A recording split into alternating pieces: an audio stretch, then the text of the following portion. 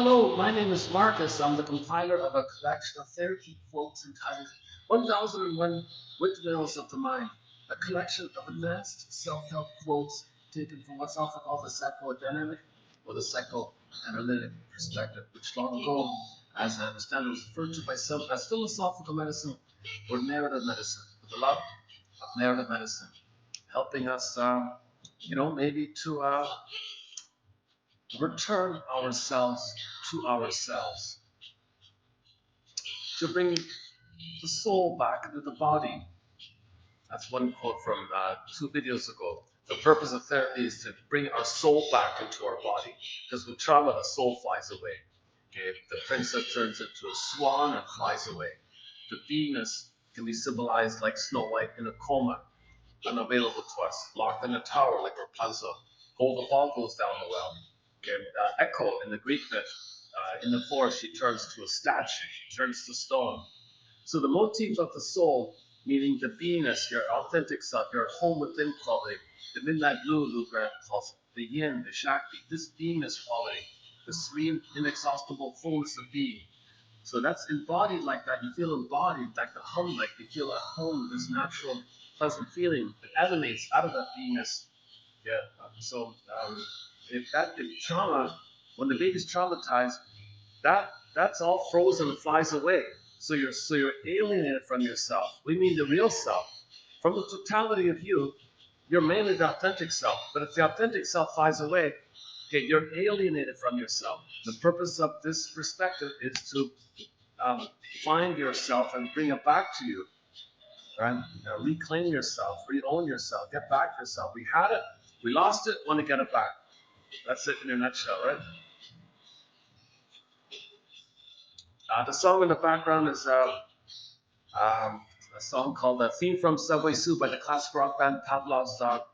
So I thought I'd try out a new opening here. I'm still having tech issues with the audio. I don't know what's going on with the audio. I'm using a new phone here. There's this delayed kind of echoey kind of sound and little skips and little.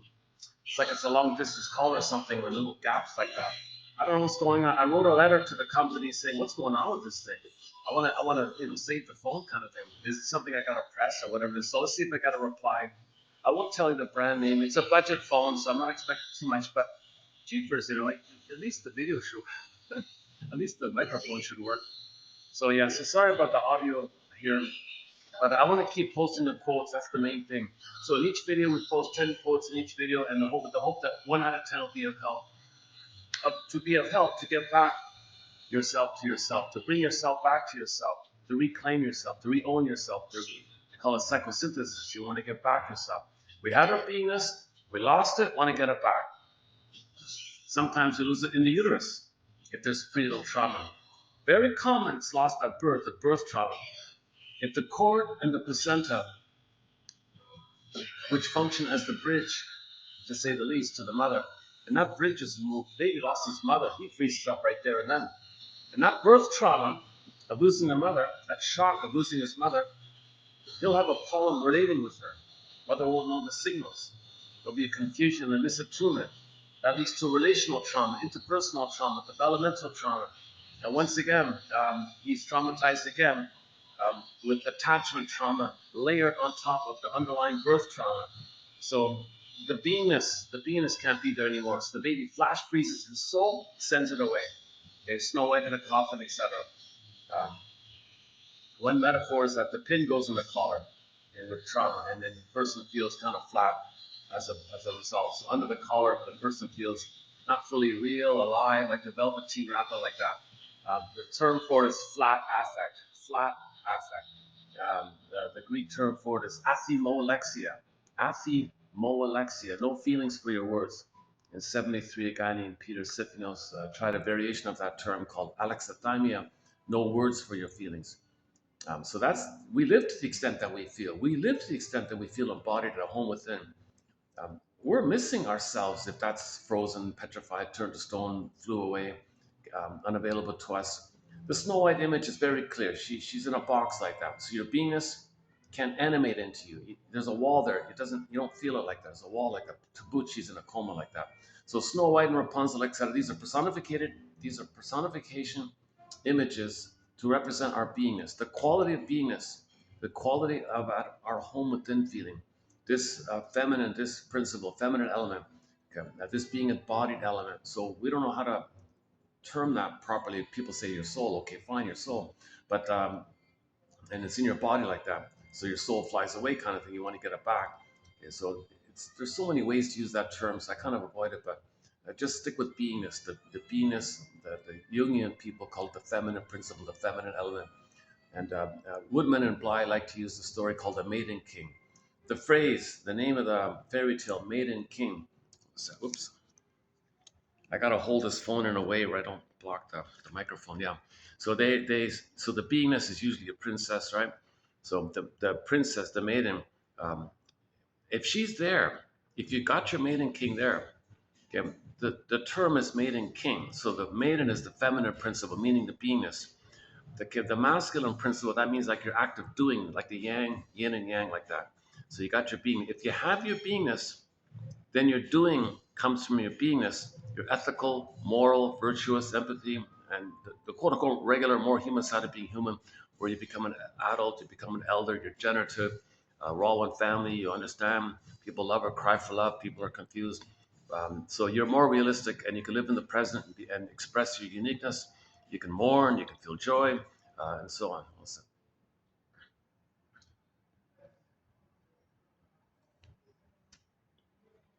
Oh yeah, before I forget, yesterday at the mall there, at the noisy mall, I played a song called "The Self Saboteur," and oddly enough, there's a line in there. Don't you know that you're your own self saboteur, like worst enemy? She says. And this morning, just before coming out, just by chance, I saw an old book title called "You Are Your Own Worst Enemy," um, by by by S. Berg, Laz, and Roy Baumeister. Is that right? So I have one. I managed to pluck out one quote just before coming us all. I'll read that one, but we'll have some more quotes coming up from these guys. Looks like a promising book. They have a. They don't call it self-defeating behavior. They call it self-handicapping.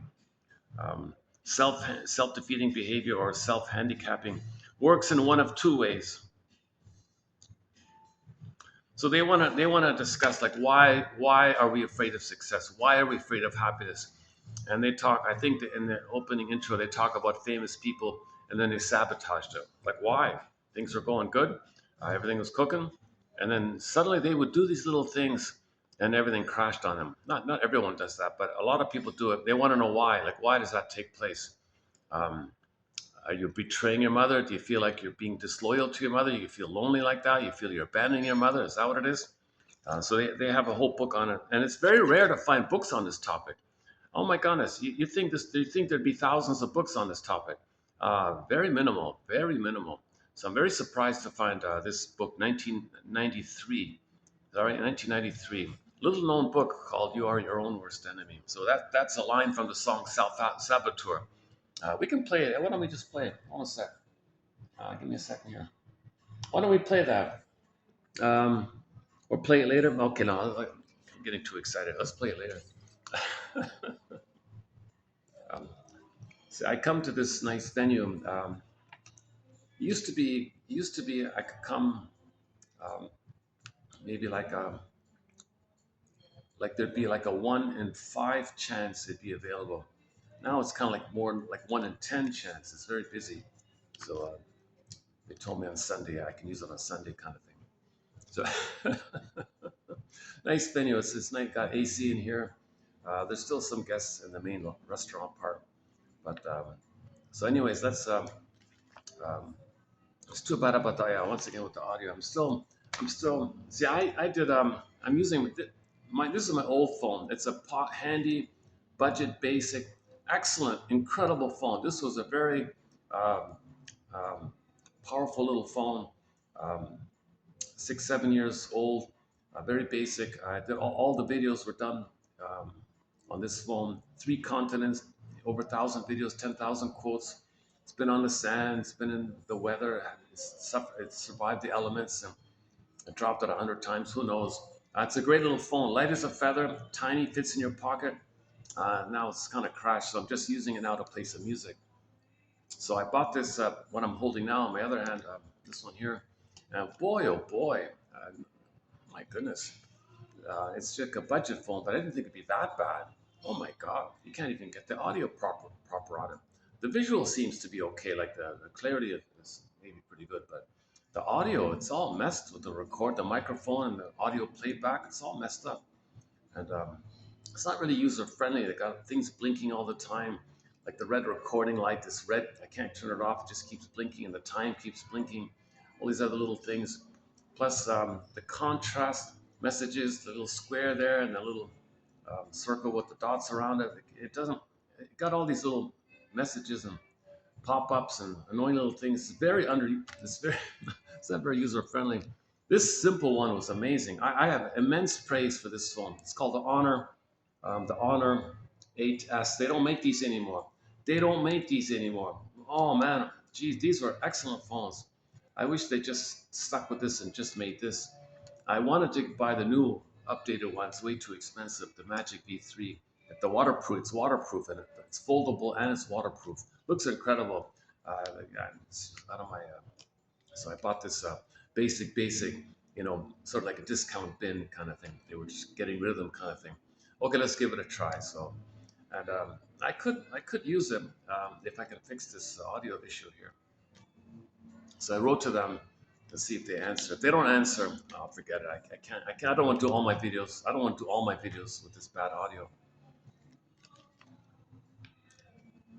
Yeah. So coming up. So stay tuned. So coming up, maybe in maybe like 10, 15 videos down the line, we'll have some quotes by this team here, Berglas and Baumeister. Is that right? From their book called about why we're afraid of success, why are we afraid of happiness. So I'm curious to see what they have to say here. I do have one. I did manage to quickly pull out one quote as follows. So they call self-defeating behavior self-handicapping. I don't know why they call it that. A little awkward. Okay. Anyway, self-handicapping, like like about your life. Like they mean it that way, not physical. Self-handicapping works in one of two ways. Okay, by them, by self-handicappers finding or creating impediments that make successful performance less likely. So they find little self-sabotaging kind of things to make them being successful less likely. They're self-sabotaging their happiness for some reason. Or simply by withdrawing effort in order to invite probable failure. So they calculate, well, if I don't put much effort into it, chances are it won't work out. The business will go kaput or something. Or maybe they open up a business and maybe they do things to distract people away. That'll make it fail. Or they just be lazy. No one came, so they failed. Things like that. Either way, the validity of subsequent evaluations is obscured. Okay, either way, the validity of subsequent evaluations is obscured. So later on, when you try to analyze, well, what happened? Why did it fail? Well, it's all obscured. You don't know. You don't know the reason why it failed. That's part of it. And self-handicappers' true abilities cannot be assessed because external factors, okay, such as impediments or lack of effort, mask those abilities. So now you don't know if you gave it your best shot. You don't know if you used your true abilities. Maybe you were afraid to use your true abilities and find out it didn't work. So if you failed it in advance, then you can say, well, I never gave my best shot, so I'm still okay, kind of thing. So you're protecting your image, right? By creating this judgmental ambiguity, the self-handicapper succeeds in preserving the favorable competence image that existed before the evaluation. Yeah, so maybe you feel like you're afraid to really give it your best, and if it doesn't work, now what? So if you have your best but don't give it, let the thing fail, but you still kept that potential that I didn't give my best, I still have it. So you're protecting that potential goodness of your capabilities like that. So that seems to be the theory here. The unique self, the unique. Oh, sorry, oh, thanks. See, it's hard to, this is a big, I got this big, what I'm holding is 3 times thicker, taller and wider. It's like 3 times heavier. It's this big old clunker. No one seems to want it, so it's like in the discount bin.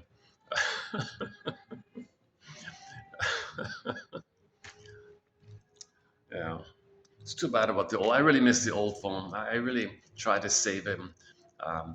You got to order the battery. It takes forever. No one wants to do it, kind of thing. It's just they kept the technician says just buy another phone. Forget it. No, we don't know how to fix this.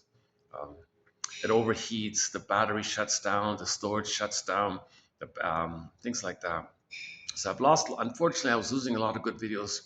So I really had to switch over to this new phone here. So I'm still in this kind of phase like this.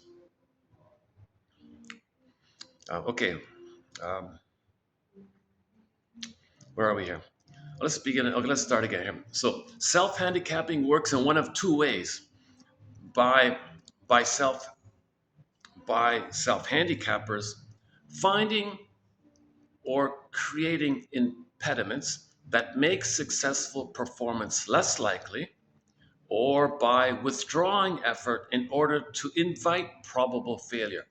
Either way, the validity of subsequent evaluations is obscured, and self-handicappers' true abilities cannot be assessed because external factors mask, like excuse, they set it up so they can blame something later on to protect their image, right? Mask those abilities of theirs. By creating this judgmental ambiguity, the self handicapper succeeds in preserving the favorable competence image that existed before the evaluation. The unique self defeating style of self handicappers has been called a Faustian bargain after the literary figure made famous, especially by Goethe. Like Faust, many self handicappers make a bargain with the devil. In their case, in their case, seeking to protect their competence images in the present and worry about the consequences of their strategic self-defeating behavior later. Okay, so in the Faust story, right, he made the deal, wants the power like that, doesn't care about the consequences. I'll deal with the consequences later. And then the consequences, oh my God, he lost his soul. And then you have to worry about it, kind of thing. Maybe something like that. Moreover, they often see the consequences of their bargain as reversible. They can always stop the self defeating behavior sometime in the future, they think, and their abilities will once again shine through. Regardless, yeah, so the self excuses, well, I'll fail at the business or something. I still preserve my qualities, and I can bring it up later on if I want. So I still preserve that. But meanwhile, they're old. It's too late, like that, like the Faustian story. That's what it means, right? Regardless of what handicapping agent or activity is used, for example, alcohol or any other quote thing like that, um, that can make you do it. And the famous comedian, oh, the devil made me do it. Oh, that one there, the famous comedian. So the alcohol made me do it. The cigarette made me do it. The devil made that kind of. The goal is to find justifications other than the self for personal shortcomings. So you want to preserve some sense of pride, neurotic pride, some sense of identity that you're okay. So create failure, but include in it things that you can then later on say that was the reason why it failed. So you're self-sabotaging like that. Okay, that's just the opening kind of thing. That's not the main point. The main point we'll have in a coming up video.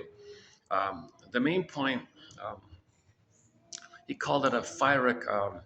He called it you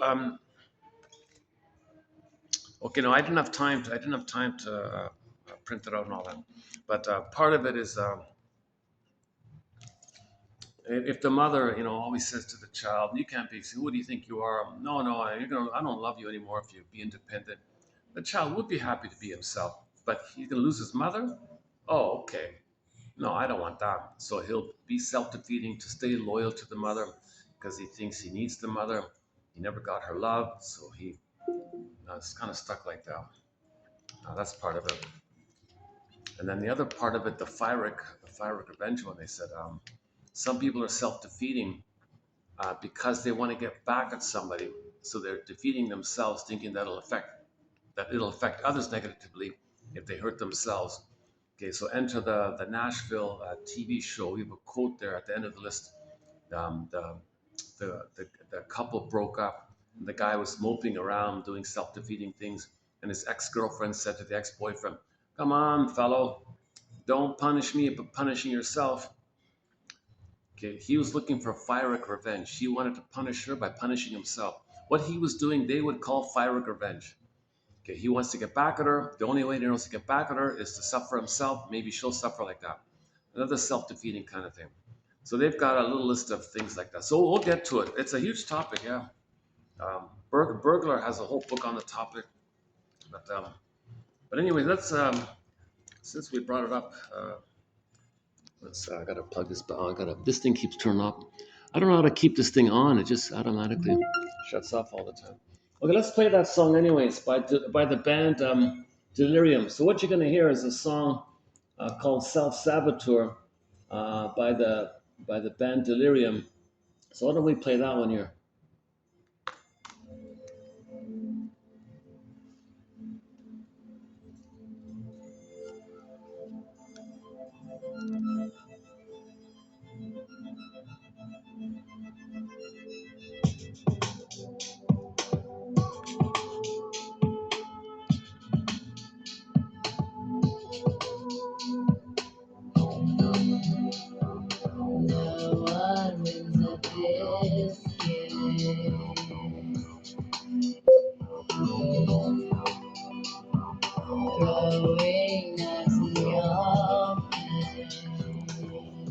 The sound is not coming out. The sound is not coming through too well, is it? What's going on with this? It's okay. Hold on a second. Let's try again.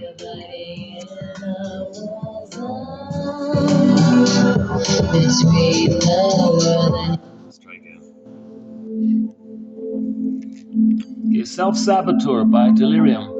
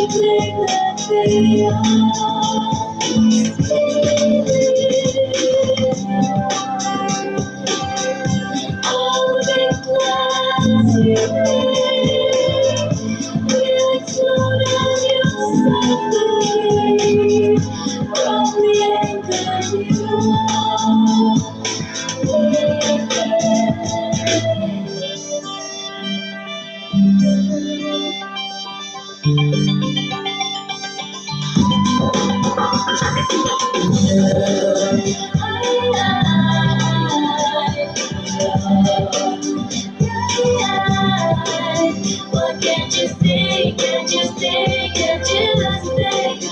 You are your own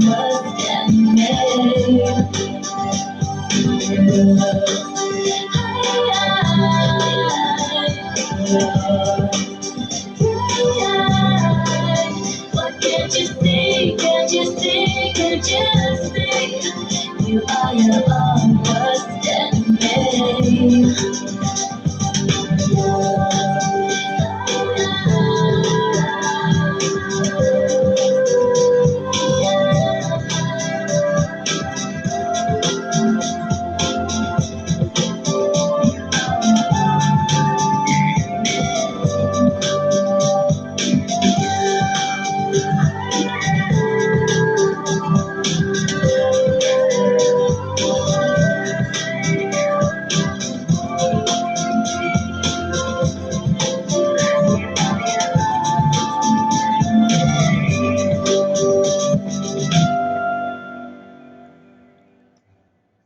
All right, yeah, we got four songs by the band Delirium on our soundtrack. That one there, you just heard Self Saboteur, Truly.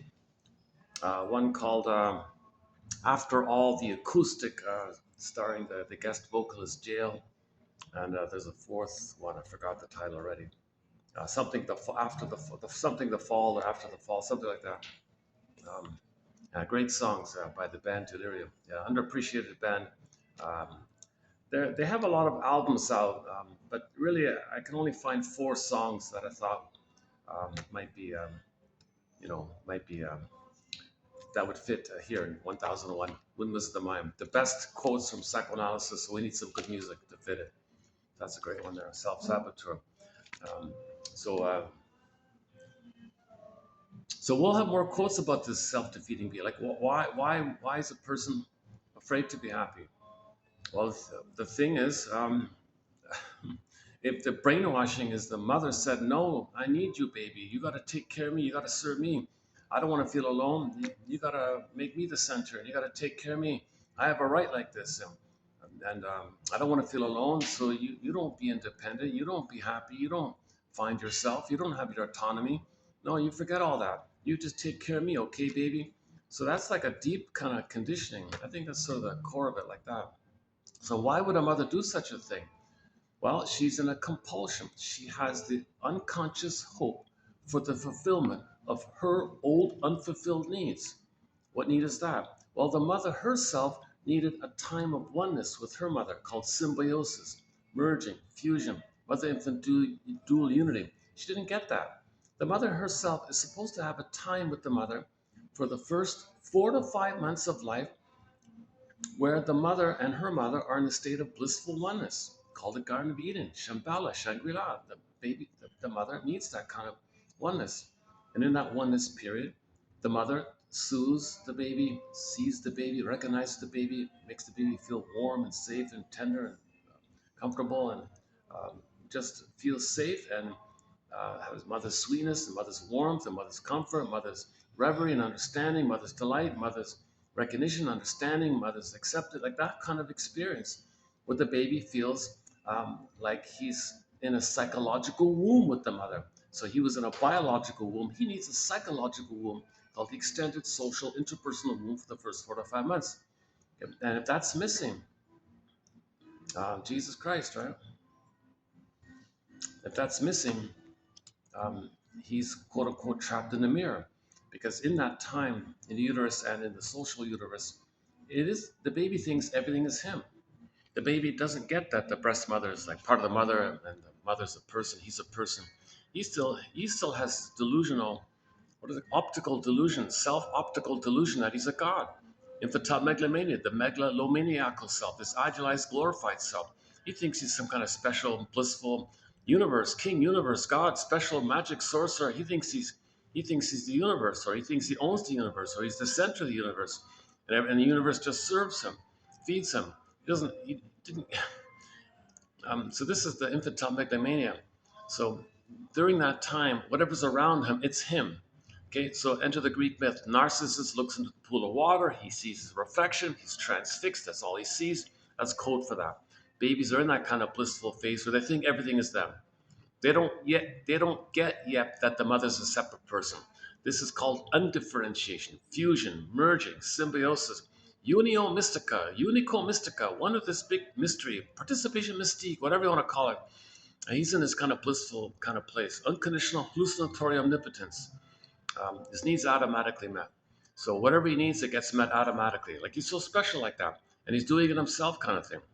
He's autocratic like that. He's a god. He's a powerful, little, blissful, powerful god. He's floating around.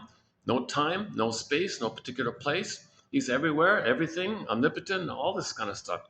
He needs this kind of phenomenon where it's all just him. It's like a little magic solipsistic bubble that he's in, this delusional bubble of solipsism that he's in. It's all he knows is him. Everything's about him. He's the center. He's entitled. It's for him. It's about him. Okay, sound familiar with narcissism? People who have philosophies in that area, because they're trapped there. They didn't get their needs for that. So when you don't get your needs for that, okay, so let's say the mother here didn't get that phase. So when that's a trauma. That trauma took place in a part of the brain that doesn't know time. No time, all time. The time. So all time will be that time. So when she has a baby, I didn't get the oneness with my mother. You're gonna fill in for that for me, baby. You're gonna be my mother for me, and you're gonna see me and soothe me and comfort me and take care of me. I'm gonna parentify you. You're gonna be. You can't be yourself. No way. I'll punish you. I'll abandon you. Forget it. You're with me against me, baby. The mother terrorizes the baby. Baby freaks out. Okay, mother, whatever you want. The baby will dance to any tune the mother says. Okay, baby's got to try his best to have a relationship with his mother. He's got to attach to the mother. He's got to connect to the mother. No baby would make it on his own. So he makes the Faustian deal. He makes the Faustian bargain. He makes this Faustian pact. He called identification with the aggressor. He'll sacrifice himself. He'll sell his soul to please the mother, and the mother's return is that, yeah, if you do this, you can then imitate me, and you'll have my problem, and you'll be the aggressor, and you see, you'll have the power of being like me. I'm the aggressor. I'm the omnipotent mother. You're the helpless baby, so you can be like me, and you'll live forever, and you can shame yourself. The price, of course, is you got to shame yourself, because I'm going to shame you to create a trauma bond with you. Because the more I hurt you, baby, she's thinking, she's intuitive. She knows if she hurts the baby, the more she hurts the baby, the more the baby cannot know it.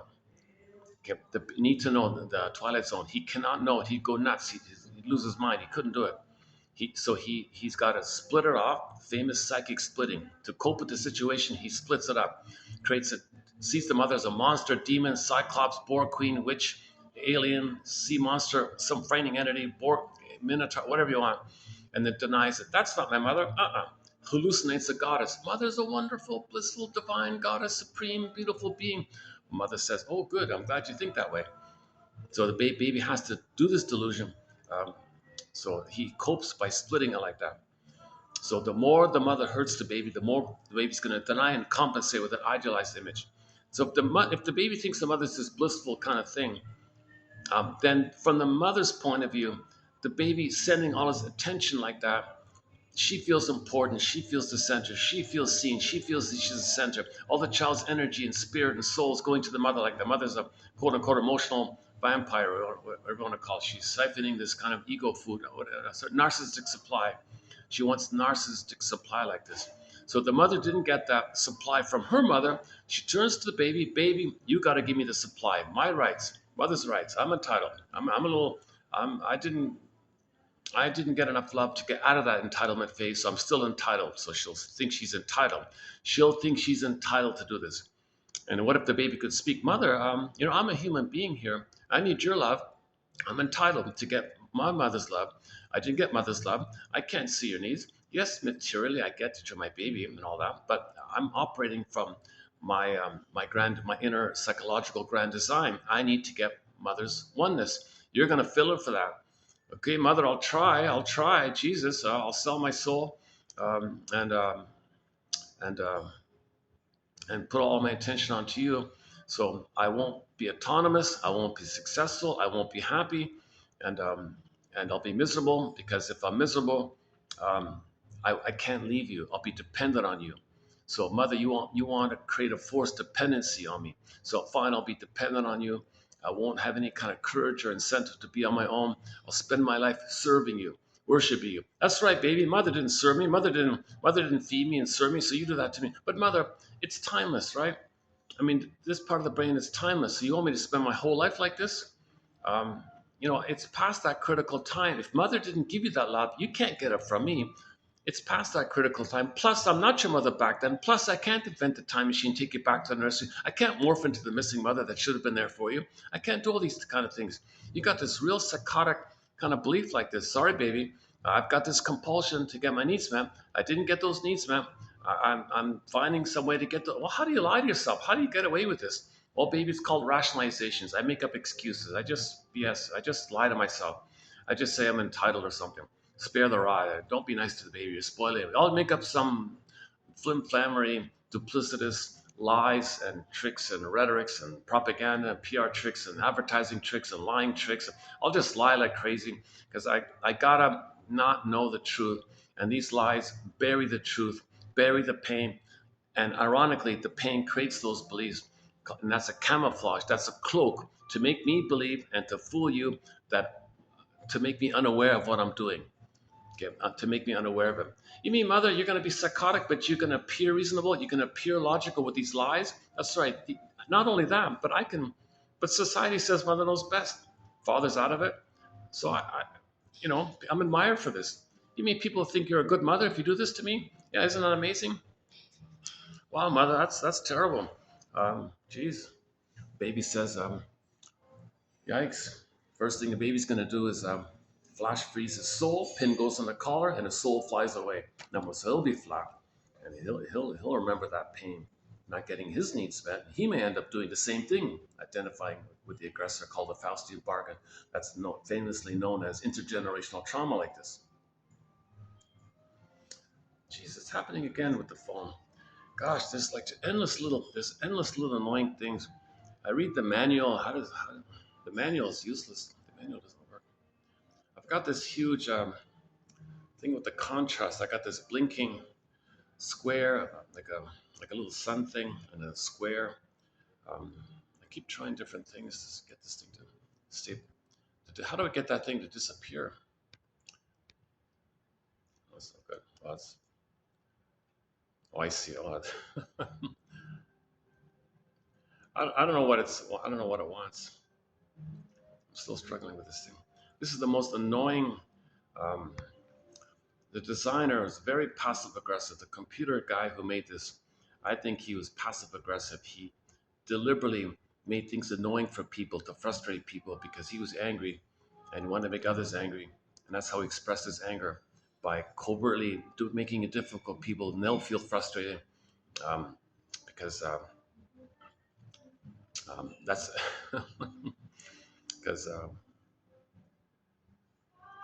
if somebody's angry, they can do little things to make others angry. I guess that's how it works. Or maybe I just need to be more patient and do more research on this thing. Okay. Okay, let's just. I'm just gonna have to stick. I'm just gonna have to put up with this thing somehow. Sorry about these tech issues. My goodness. Yesterday was a real messy video. Hopefully today's a little better. Yesterday was a real messy video with with the fake or defective microphone, plus all the noise in the mall. It was really, really messy. I can just barely make it out myself. So, anyways, however the delivery is, click the more link. You'll find the quotes. That's the main thing. So it's about each person in the quotes, and like the song "Shrinker Man" says by Katie Lee. It's there's nothing anybody can say. Like there's no magic. formula here. It's just about being a detective, making inferences, looking for patterns, look at these theories, free associate from it. What does it remind you of? Can you work towards now knowing what you couldn't back then so you can then feel what you couldn't have felt back then? Then you get your feelings back when you do so. But first, you got to know what you couldn't know back then.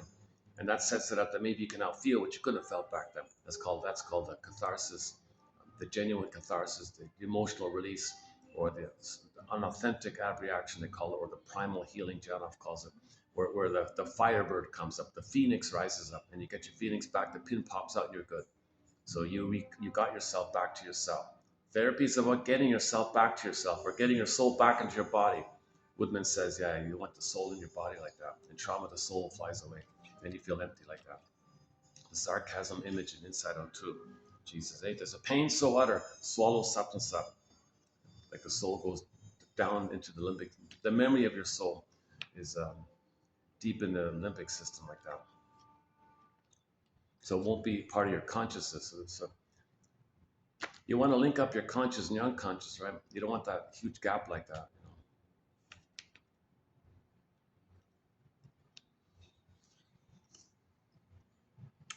Oh, if I see the Inside Out ad on the SkyTrain passing by, I'll see if I can get it in.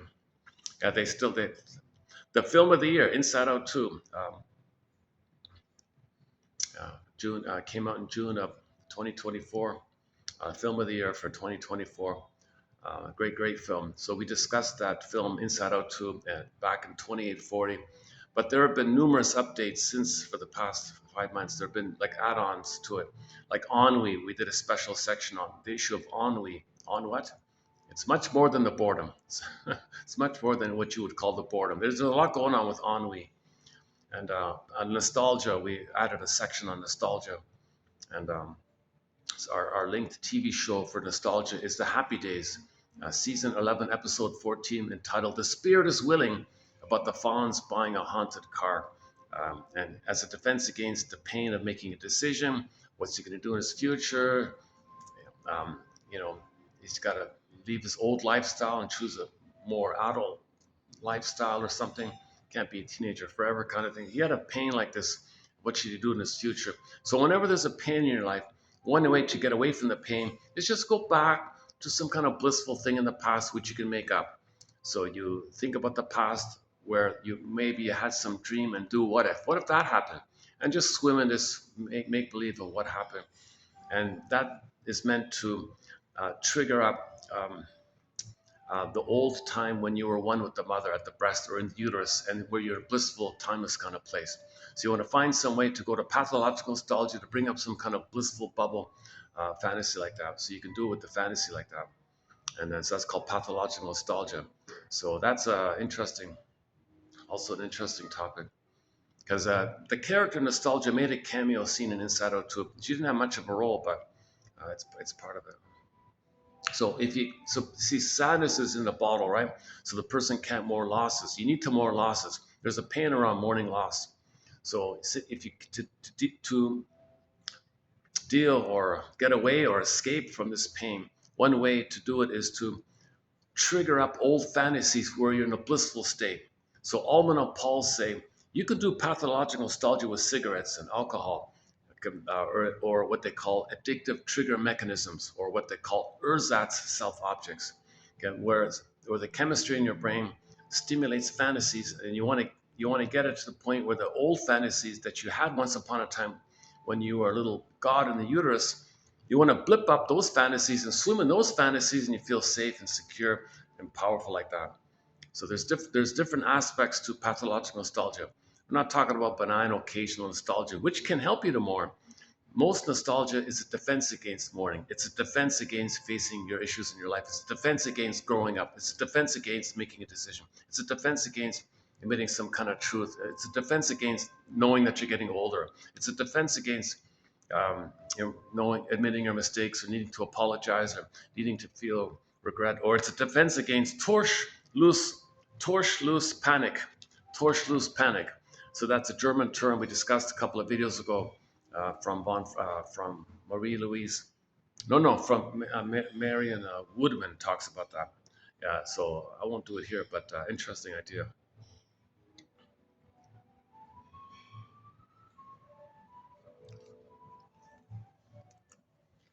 Oh my God, it's so nice to be. Oh Jesus. Oh, what a relief. I was in such a noisy, chaotic mall and all these people passing by and the guards staring at me. This and that, that's happening and that's happening. It's just chaotic. So it's really nice to have this room here, even if it's just um, hopefully once a week I can get this spot. You know. So okay, so yeah, so we'll this issue, this very important topic of self-defeating behavior. Um,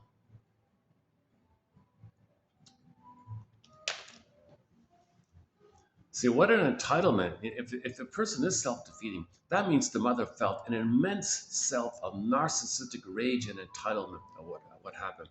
So she was demanding that the child take care of her. So she crushed the child's initiative and autonomy, that she had a demand, a compulsion to get fed. She's coming from the place where all of the baby's energy is to latch on and secure to the breast. That's a drive like that. That's an innate drive for that. All of his life forces, all of the baby's life forces to find the nipple, latch on, have the safe connection, and go through the developmental process.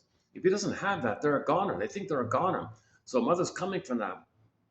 The mother's coming from those old feelings, has a baby and like a compulsion. Give me, come on, baby, you feed me. Mother, feed me. Your baby, your mother, you feed me. So she crushes the child. She can't. She's not there to love the baby's soul and develop it.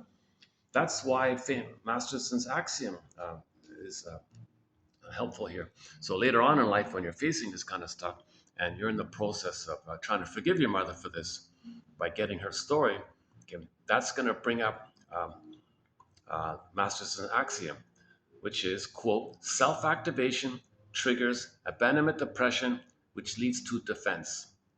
Again, self-activation, meaning real self-activation, doing something that's from your authentic self, i.e. you want to heal, i.e. you want to get back your soul. That's authentic stuff, right?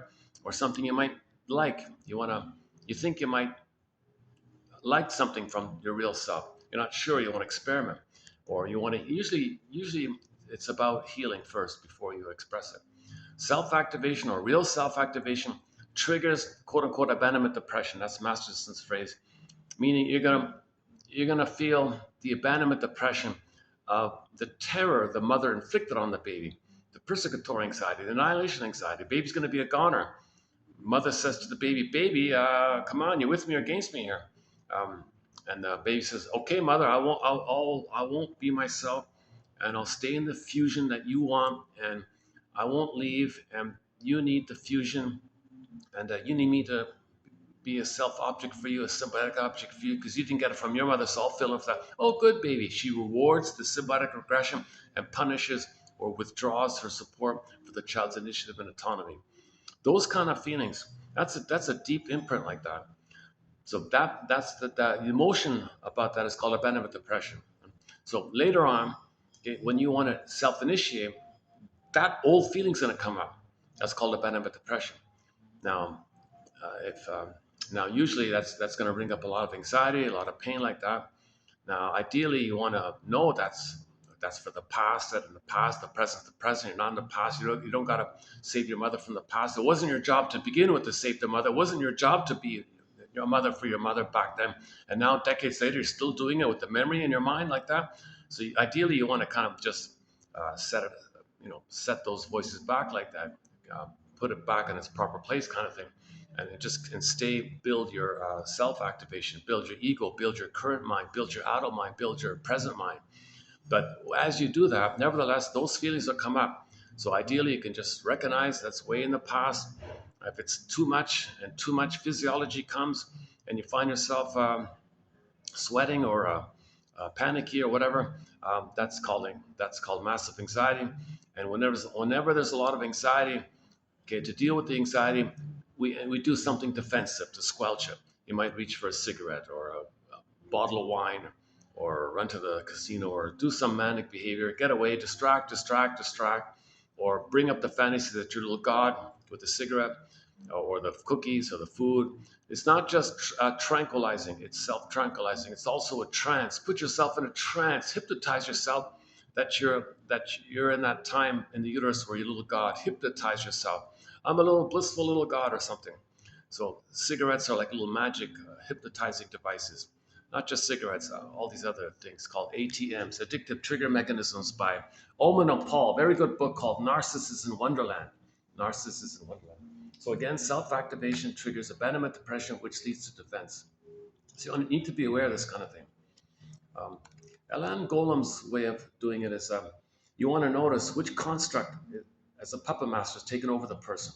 Because the beingness is missing. Your conscious mind for the beingness, you won't have the conscious, realistic mind for your authentic self if the authentic self's frozen. So what's left? There's a vacuum. So either um, either if the trauma's maybe later on, like post 18 months, you might still maintain the original childlike place where you're trying to save the mother, please the mother, have the hope to fix the mother. So that's the frozen child construct might take over. So you feel never good enough. It's always your fault, always guilty, always wrong, something wrong with me, all that stuff. So that's the frozen child construct. If the traumas prior to 18 months, the Faustian crossover took place, then you identify with the aggressor. That's the freezing parent one. The freezing parent construct, that takes you over and you act like that.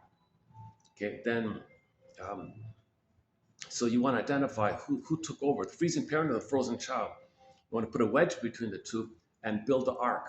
Robert Bly thinks that's what the ark means, Noah's ark. You want to build, because the ark, the boat's up on the water, right? If you don't have that, you're in the unconscious. And in the unconscious is the frozen child, freezing parent taking over. And you're just in the unconscious. You're not in the present. Building the arc, building the adult mind, the conscious mind, means you're gonna be in the present. You want to be in the present. So building the arc means being in the present, building the adult mind, being the current, having the current realistic mind, the adult mind. That's called the arc like that. If the arc's not there, okay, then one of those constructs is gonna take over. Because okay. Um, so maybe next time we'll cover that a bit more. Oh, this is great. Yeah, okay. Um,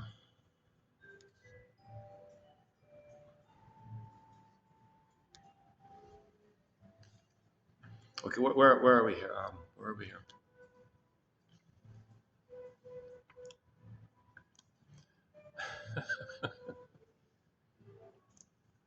Let me just enjoy this peaceful environment here. My goodness.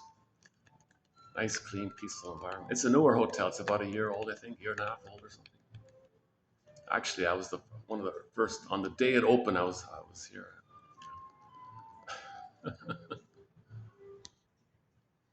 Why don't let me take a quick stretch here.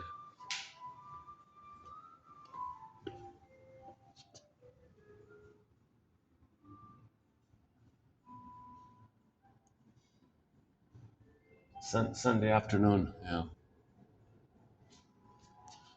There's a fancy that's quite a fancy building, I think, next door here. I can see some fancy cars driving by. This is a fancy place. Yeah. It's close to the SkyTrain, so it's fairly easy to get here.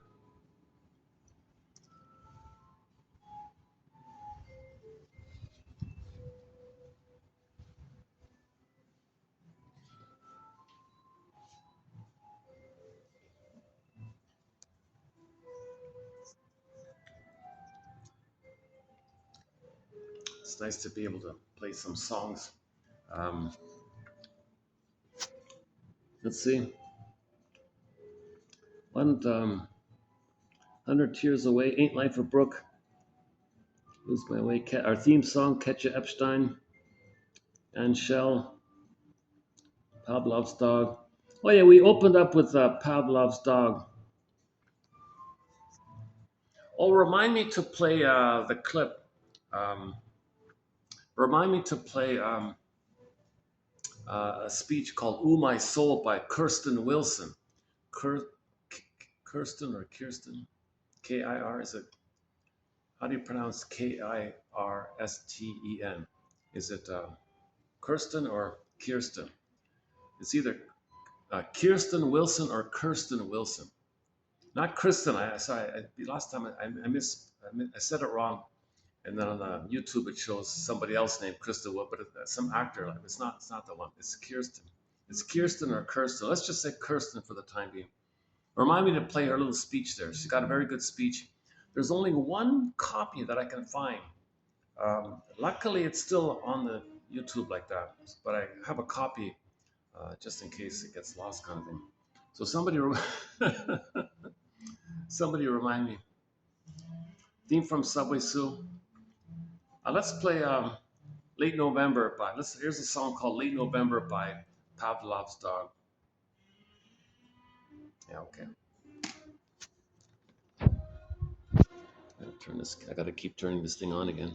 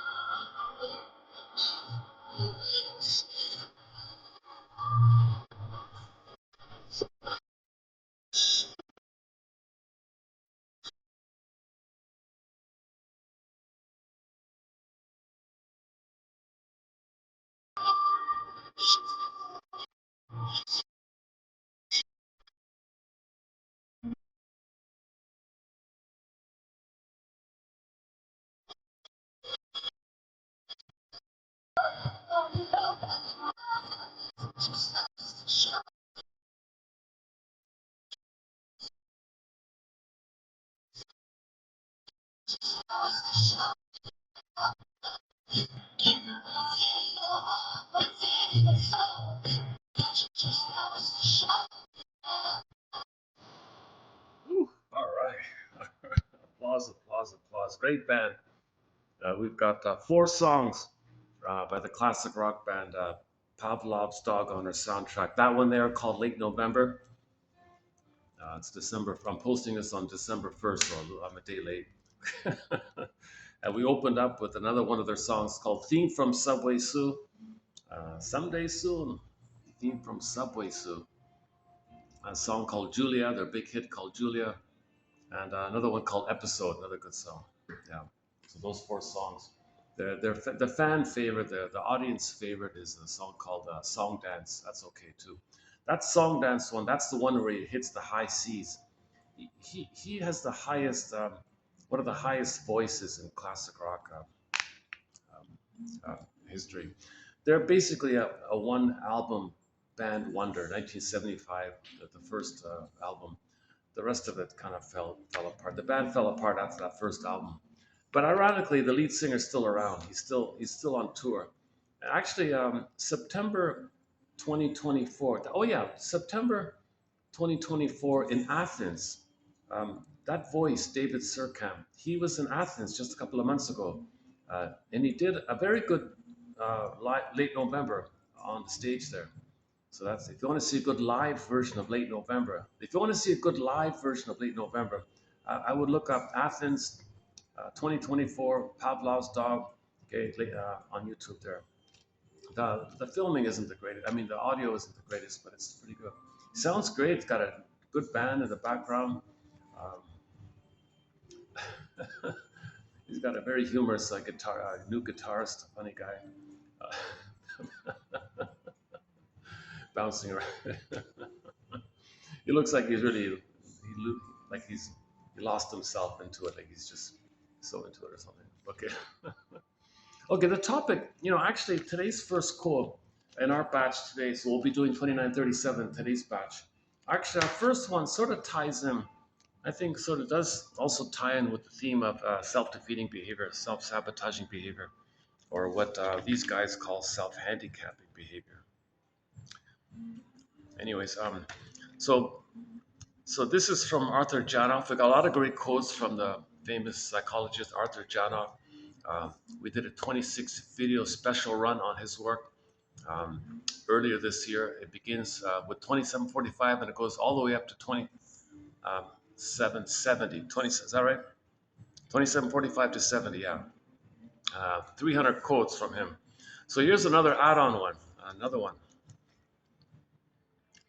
I'll admit I do have a little bit of a hazy question mark about it, but it comes from him, so I'm kind of willing to post it and see what comes out of it later on. Maybe it can be a springboard for better ideas later on, or maybe I can revisit it and understand it more clearly. Anyways, he has this sort of side theory that that if a man okay, so if the we mentioned earlier that if the child is engulfed by the mother, he's going to be passive like that to please the mother. So he'll be self-defeating in that kind of area. Now, what about the father? Doesn't the child hope and wish the father will appear and guide and protect him out of this mess? Doesn't the child hope that the father can be a rescuer or a knight in white horse or something? Be someone who will pull up the child and say, "Look, mother, enough smothering here. Time for him to hang out with me here. I'm going to teach him stuff, and I'll show him stuff. And you can't possess him and gobble him. No, my rights. No. Give him to me. He's mine. No. He's got to be free from him. No, he's mine." So they could pull like that. So the child really hopes the father can step in and protect the child from this engulfing in his brain a monster like this. Free me from the monster, Dad. Kind of. We're not saying the mother's a monster. We're saying that the baby creates an image of how he felt or how she felt in relation to the mother. That image represents how they felt. They felt enraged and in the oral phase. So it could be like a boar queen or a cyclops monster like that.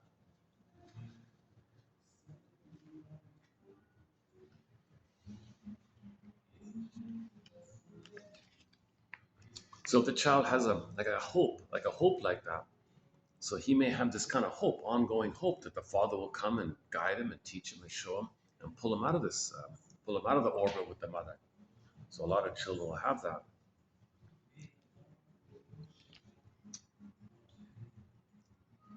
So in this quote, he says, actually it was yesterday, and this is a part two. In part one, I didn't bring it. Yesterday's quote, I did part one of it. This is part two of it. I should have kept it together. So in part one of it, it was that he didn't want to fix things around the house. So he got married. The wife was saying, "Come on, fix this, do this. Come on, don't be so lazy," or something. And he always was passive, made excuses. "No, I don't have the right tools. I'll do it later. Oh, enough already. Leave me alone." Like he was always making excuses, avoiding, because he's coming from the memory. Now, that his wife wants stuff, he thinks that's the mother demanding stuff. So he's passive. Come on, Father, pick me up, save me from this, save me from this.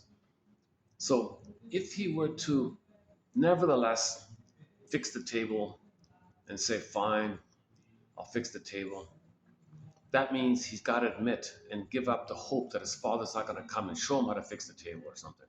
So he's got to do it himself. That means giving up the hope. He doesn't want to give up the hope. He doesn't want to give up the hope, because if he gives up the hope and fixes the table, he's basically being dominated by the mother in his mind. So he says to the wife, sorry, I'm busy, another time. Did why don't you, go shopping or something? He'll make excuses and find ways to dodge it somehow. So that's it. So that could be a kind of a self-defeating kind of thing. Children pick up on the most nuances. Children pick up on the most nuanced of clues. They can't articulate it, but they act on those clues nonetheless. They, quote, know that they cannot confide in their parents. They know that they cannot talk about their fears and failures. They know that they cannot cry because it wouldn't be tolerated. The old feeling is always contained in and expressed by the act out. Every time his wife, here we go, every time his wife asked him to do something and he claimed he didn't know how, he was saying, quote, Father, help me, guide me, teach me, unconsciously.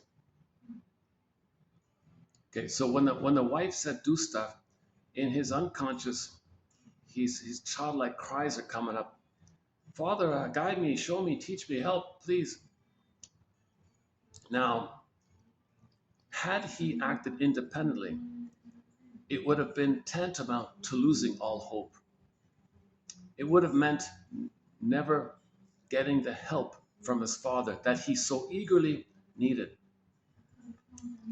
Although he didn't know it, he was engaged in a struggle, employing a subtle survival technique. He was fighting to fulfill his needs.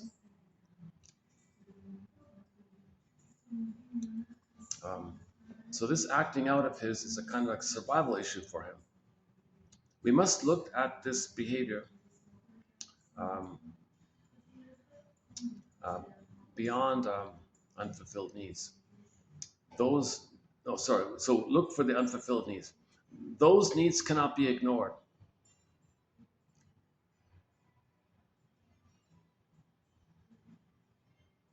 Okay, we'll change the topic here. Okay. Let's just stick to that part there, yeah.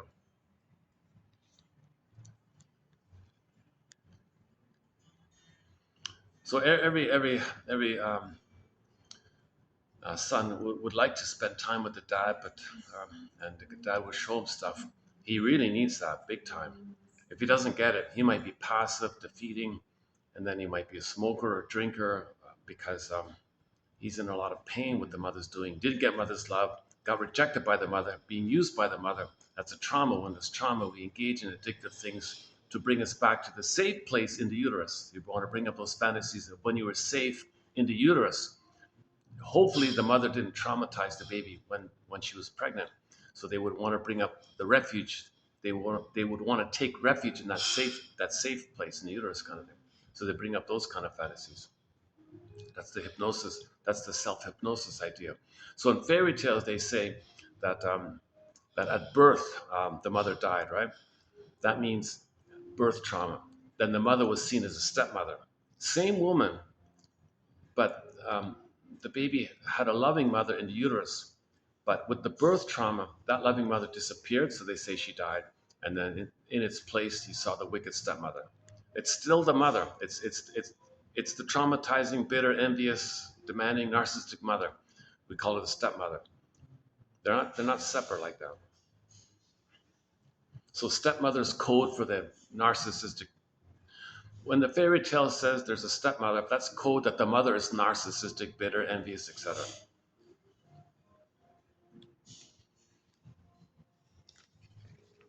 And the good fairy godmother is a memory of the uterus, so she's kind of floating around. And so it's a positive memory. She functions like a good fairy godmother. So you have some memories of being loved, even if it was just in the uterus.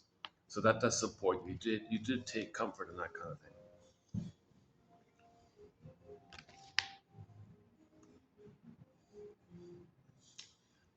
Converting unmet needs into needs for. When our basic needs are not fully, when our basic needs are not fulfilled early in life, they later become transformed into needs for. Our need for fill in the blank. Okay, maybe a symbolic need for the real one that was never fulfilled. The need for attention and to feel important when we were children. Okay, so Janov talks a lot about symbolic acting out. No pint of ice cream is mother's sweetness in the past. No bottle of spirits is mother's spirit in the past. No material matter things you get, fancy car, no material, no matter, like material, like matter, um, like material, right? No material or thing um, is actual mother in the past just because they share the same ancient root word, mater, leads to mother, matter, material, things like that. So you think it's symbolic. Now you know the ice cream isn't your mother's sweetness. You know the cookie isn't your mother's sweetness. So you don't want to think that. You don't want to believe that. Oh, it's just a cookie. What are you talking about? What's the problem? It's just a cookie. It's just a cookie. Take it easy. But your unconscious says, I'm reaching for mother's sweetness. It's not going to work. Disappointed.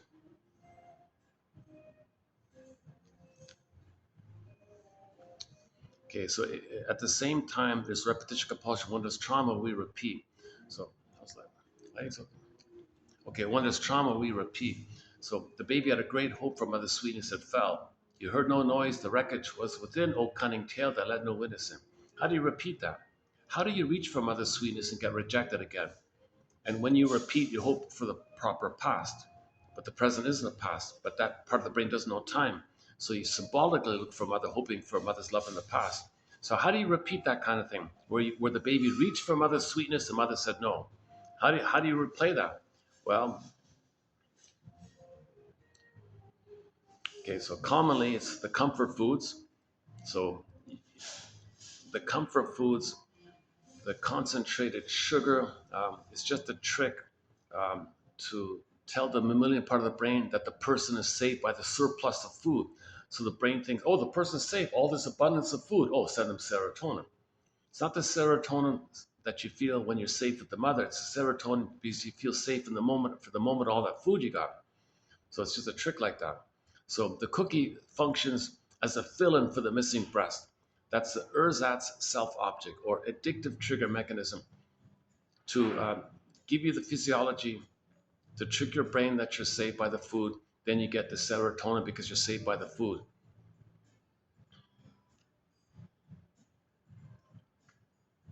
So if you're saved by the food, that level of safety, that's supposed to equate to safety you got when you were one with the mother. That's the Ullman and Paul's theory, right? Now you feel important or something like that. It doesn't work. A minute later, you're disappointed again. Disappointed. Didn't work. I do it again. Disappointed. Do it again. Disappointed. It's an infinite loop like that. You only get out of it when you're conscious and you know that what you're doing is symbolic of the past. And you get the message that what you're doing is a communication of what happened in the past. I think a good burglar's one is, I think, pretty clear. So um, the mother was cold and refusing, let's say. How do you replay that? Well, if you go to the slot machine, it's a cold and refusing thing. And it's alluring and it's promising and it blinks all these lights on you. It promises you, it tells you you might win all this money, the jackpot like this. So it's promising and alluring, right? Like the mother was promising and alluring, but she was rejecting. Okay, replay that. Put your hope in the machine, pull the lever, I guess, and then click, click. Oh, disappointed. It's familiar. It's a sadomasochistic relationship, but your unconscious thought you were supposed to get mother's love in the past. Really, really, losing your money on a slot machine, you're going to get mother's love in the past. We're not making sense, but you don't want to know you're not making sense. So your cortex gives you rationalizations, justifications, flim-flammery, excuses, duplicity to fool you, beliefs, rationalization. Oh, what are you talking about? I had a hard day at work. I should relax, blow off steam or something. Just make up all. It's just a social thing. Now we're not talking about the occasional, really social thing. We're talking about like a more driven kind of thing, like the compulsive gambler. So the compulsive slot machine gambler, um,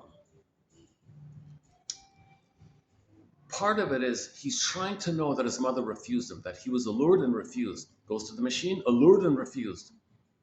He does it, he recreates, he repeats to know the past. It's a message from him to him saying, hey, you, yes, unconscious, look what you're doing symbolically. That's what happened to Pastor in the nursery.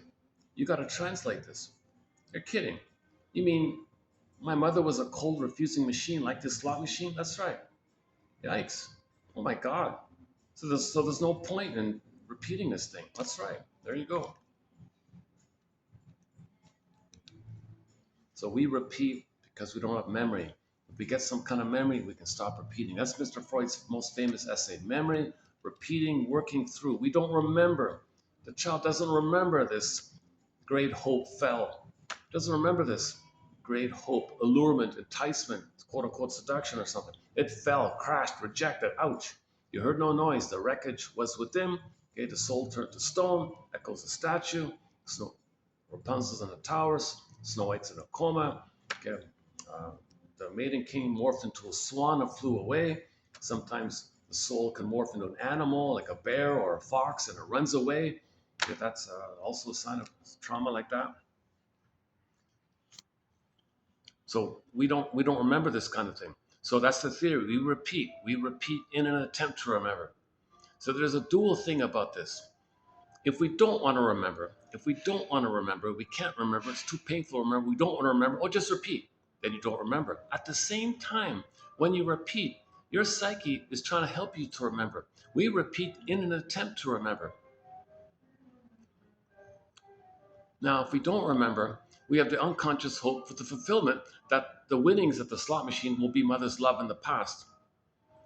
Okay. Now, saved by understanding.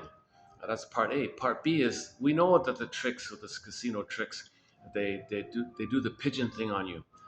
Little occasional, random, intermittent reinforcement where they give you occasional little crumbs, and you got this hope keep going. You got this endless hope. So the famous pigeon exercise, right? Um, so pigeon A and pigeon B, two pigeons, they press the lever. Um, Pigeon A got it consistently. He pressed the lever, he got a food pellet. Every time he pressed the lever, he got a food pellet. It was kind of consistent. There was a clear pattern like that. Pigeon B, he'd press the lever. Sometimes he'd get one, sometimes he wouldn't. And it was random like that. Okay, you remove the pellets. Pigeon A would still press the lever, nothing. Again, nothing. Again, nothing. He gets it. Flies off, he's on his way. He's okay. But Pigeon B didn't get it. Intermittent thing. He presses it again. He presses it again. He's stuck there for the rest of his life. He won't move. The poor, the poor pigeon. Should we do our pigeon joke? In our humor thread, we have 62 chapters, by the way. In our chapter on humor, one of the supporting jokes for that thread is the pigeon joke. Should we do it quickly? Um, um, So there's a story. I learned it from a comedian named Steve Behrman. He tells it. Um, let's see how it goes. It's about a woman who had torche loose panic. Torche loose panic. She's middle aged, facing the reality. She's getting older, wasn't successful, didn't get her fame. Now she's getting older. Oh my God, I don't want to face getting older and admit that I didn't get rich and didn't get money, I didn't get mother's love, I didn't get material, and I'm getting older, I'm not going to get it. Oh my God, what a pain here. Wait a minute. I heard about reincarnation. Maybe I can just keep going and still get my fame like that. Let me ask this expert in metaphysics. this Steve Behrman guy who dresses up like a Swami or something like that. So he knows, the comedian knows the woman is in pain around this issue of that she still has the hope to get fame and money, meaning mother, but she's getting older and she doesn't want to admit it. So she wants to maintain the hope with reincarnation idea. So she doesn't have to face the truth and give up the hope. She wants to maintain the hope. She doesn't want to admit that she's getting older. She doesn't want to admit mortality. She doesn't want to admit reality. Okay, she's got this unconscious hope for the fulfillment of all unfulfilled needs, but she knows she's getting older. Torschluss panic. She's got this panic like this. Mr. Behrman, you know a lot about metaphysical ideas and all this. I heard something about reincarnation. Can you fill me in on it? What's going on with that? And his reply was, "Oh, it's funny how things work out. I once knew this guy who wanted to be very wealthy in his lifetime. He was reincarnated as a pigeon and made a deposit on a BMW." Well, I've been told that in a long time. So it was, he wasn't, so the joke wasn't mocking her. It was just kind of lightening things up for her and validating her concerns, respectfully validating her concerns, not shaming her for it, still giving her a little hope and a little realization about it.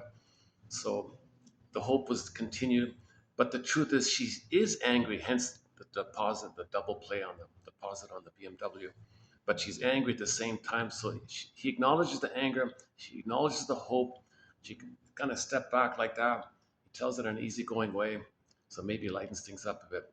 So that kind of joke, it comes from a place where you want, it's not at somebody's expense. You're not mocking them or shaming them. Jokes like that are a little liberating and helpful, a little playful or helpful like that. So that's jokes in what they call the depressive position, post 18 months, basically. Jokes that are prior to 18 months, those are put down jokes, blowing off steam jokes. Others are you're the mother. Mother got some relief when she shamed you, you're the mother. So others are you, as a proxy of you. You shamed them because you shamed yourself, Faustian bargain. Okay, so others play you play the mother, mother shamed you shame others who are you. Then you get the blissful oceanic feeling oneness, where you're one with the mother, and you get that blissful feeling when you shame your own soul. That's the Faustian bargain. It's called glee. It's called Schadenfreude. So you get a perverse joy like that. You get a perverse pleasure of hurting yourself, um, but you distract yourself of the pain of it when you hurt others, and you are the mother who does the hurting, and that keeps the fusion in place. So in the fusion is the little white flower with the blissful feeling. So you blip up that little feeling, but to get it, you got to act like the mother who shamed you, so you shame others who play you, and you get the blissful feeling called Schadenfreude. So that's the perverse humor, dark humor, sardonic humor, all this bitter stuff, and black humor like that. So that's the humor. If a person has a lot of humor in that kind of area, that's trauma before 18 months, Gradstein's theory. If the trauma is a little bit later on, more playful, that's the depressive. It's more healthy, it's more normal, it's more nicer humor, like not at anybody's expense. Trauma before 18 months is just a tension because you don't feel. So you want to blow off steam like that. So you scapegoat yourself. Others play you, so you scapegoat them because they're you. And you blow off steam like that, and it's insatiable like that because the pain is still there. More steam, pain, more steam, pain, more steam. Always blowing off steam like that. It's nothing's healthy. Everyone's hurt. That's the Faustian issue. And then now the trauma post 18 months. That pigeon joke just mentioned, that's kind of like the post 18 months where he was being a little helpful to the lady. He was trying to be helpful to the lady, right? Helpful to the lady like that. He wasn't mocking her like that, right?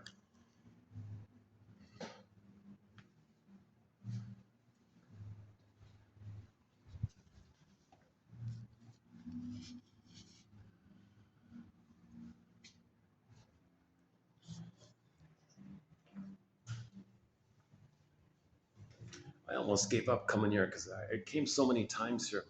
There's always all these groups and meetings and things. They say, "Oh no, Sunday after the brunch, there won't be any Sunday evening functions." That's great. Let's see. Oh, let's check the battery. Let me check the battery of this thing. Okay, battery's holding up. Okay, at least with this phone, I don't have to worry about battery and storage. That's okay. But now I got this new issue about the audio, so I don't know what's worse.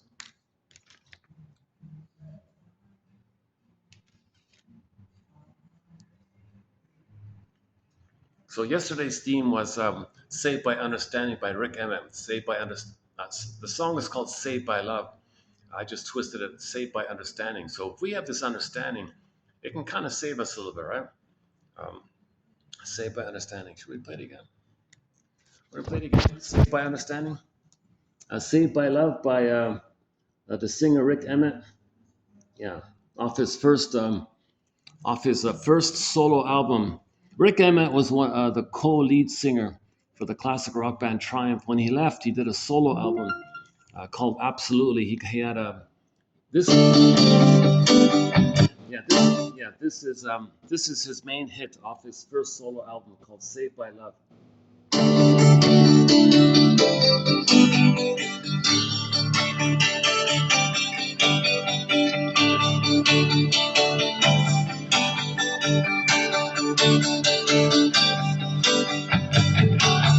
Out on the borderline, somewhere between heart and mind, just trying to make it through. Okay, caught in a battleground, resistance is wearing down. Just couldn't face another day. Oh, but then you came my way, and I was saved by love. I'm lonely where to go. I'm saved by love, and I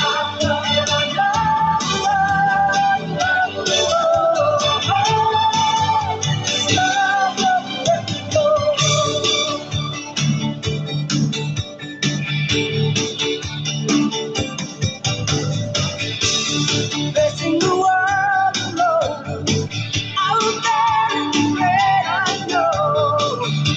But every turn just turns out wrong. And then you came along, hope and faith were almost gone. Gave me the strength to carry on. You were the one that I could count upon, and I was saved by love. I'm lonely where to go. I'm saved by love, and I know.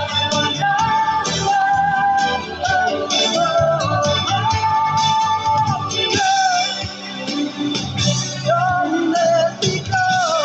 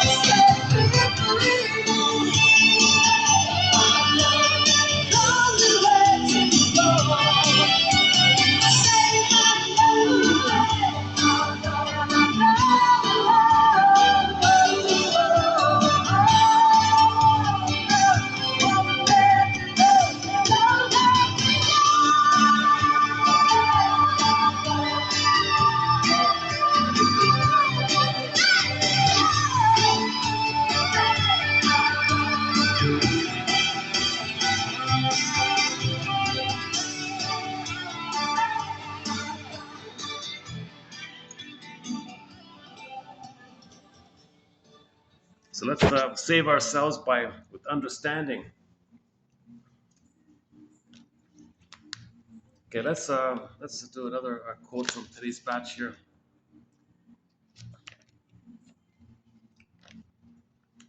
Okay, next one is from let's see, where are we here?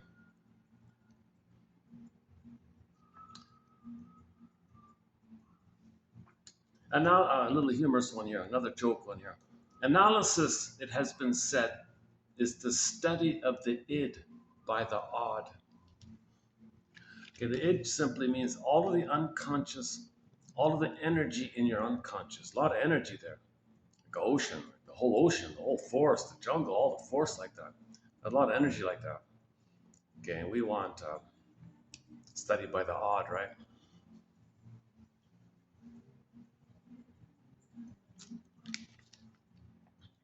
Now you don't want all that energy. It's a puppet master. It's pretty. That's the iceberg metaphor, right?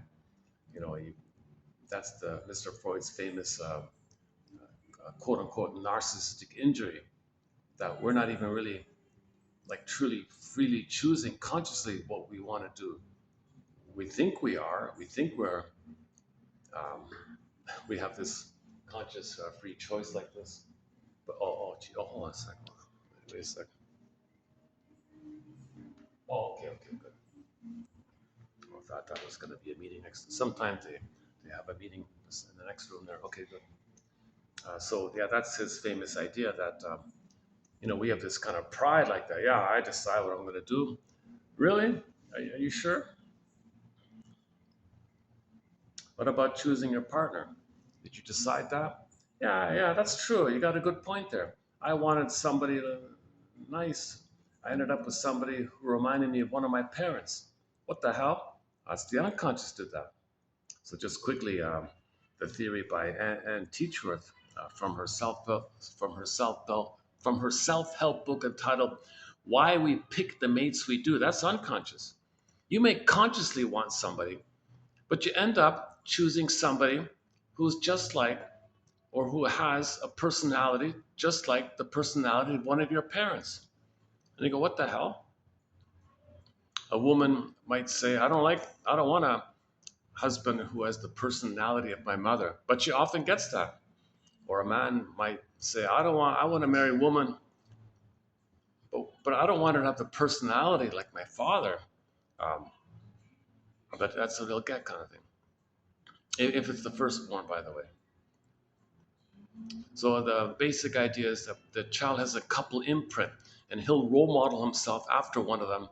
And then when he grows up, he'll choose how they chose. Because in the present, you recreate your childhood because you haven't left your childhood. So you play one parent, someone else plays the other parent. It's not about gender; it's about personality. So if the child role models after one of the parents, okay, parent A, when they grow up, they choose how parent A chose. So their partner will have the personality that A chose because they're going to choose like A, kind of thing. So that's an unconscious issue. So those quotes are coming up. I did a lengthy preview, but it'll begin with 41. Go to 27, 41, 2, and 3. Those quotes there, or better yet, just get our book, Why We Pick the Mates We Do. Very good book. And and the way out of it is called the 3-chair exercise, where you role play healthy versions of your parents. So if a couple comes to her, she doesn't help the couple communicate. She says, I'm not gonna do this. I'll deal with you one at a time. So, okay, sir, I'll see you on Monday, and lady, I'll see you on Tuesday. She said, okay, fine. A guy comes in and says, now what? Well, I'm not gonna help you. You're not gonna help me. No, I'm gonna help the ghosts in your brain. What? What are you talking about? The memory of you and your mother of your mother and father relating to each other. That's an imprint that you're following. We got to update that. We got to upgrade that. We need a healthy version of that in there. You got to be kidding. Yeah, so no, I'm not. So when you were a child, how do you wish your parents behaved towards each other? Would have been, well, yeah, it's true. I've never heard my father apologize. I never heard her apologize. I've never seen them be nice to each other or something, or do playful things or discuss things. Um, they didn't solve their problems in a nice way. Geez, yeah, that's true. Yeah, it was a dysfunctional. My parents are dysfunctional. All right. Well, I want you to role play a healthy version of your father talking to a mother. I want you to role play a healthy mother. And with the two chairs, you hop back and forth between the two chairs where you are the healthy mother. You play her being healthy to your father, and you play that father being healthy, and you do a back and forth thing, and you'll do scene after scene. When planning an outing, discussing a film, discussing a book, okay, or apologizing, making I statements, sharing talking honestly, doing the eagle feather thing. Okay, so you want to see like a ritual of communication between the two, healthy communication. So you want to role play a healthy version of your parents, and you want that experience. It should have been there. It's missing. So at least if it's positive fake memories, but at least you can use them as a springboard for your later on relating. He says, fine, okay. Okay, Tuesday with the woman does the same thing. Okay, so, and then after a few months of this, the couple reported that they were much nicer to each other. They could make I statements together. They could communicate nicely with each other. They could apologize to each other because they have the template to refer to. So that's um, so that takes a fair bit of time to run through that, but I discussed it already. But well, I'll run through it again, beginning 2941. But if you want to jump ahead, go to 2941, or read or skim through the past 2 weeks videos. It's in there. Yeah. So this is if all of your energy and life force is related to the attachment trauma, what life force do you have left for the present? Your present just creates excuses. Yes, you can drive a car, pay the bills, and you can live in a defensive way, but your energy um, is kind of being misused, so to speak, or something like that. So the answer is mourning. It's all about mourning. Out of the joy for which you pray is 100 tears of. Oh, we got that song to play. All of the joy for which you play. All of the joy for which you pray is 100 tears.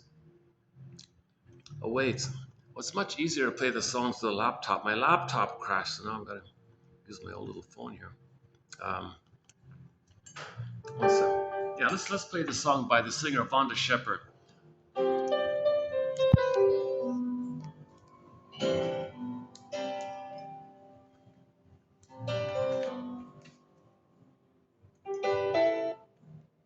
Oh, what happened here?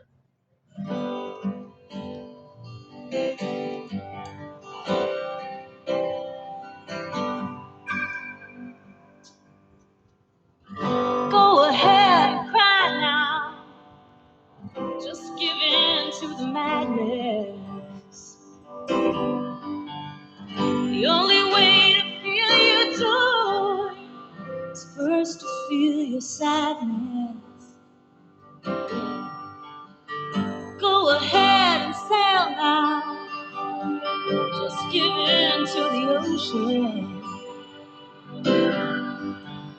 The only way to tame your fear is to feel her rocking motion. You're a long way from somewhere you call home. Yeah. There's a place in your heart you're not alone. All of the happiness you see, all of the joy for which you pray, is closer than you think. It's just 100 years away. Oh,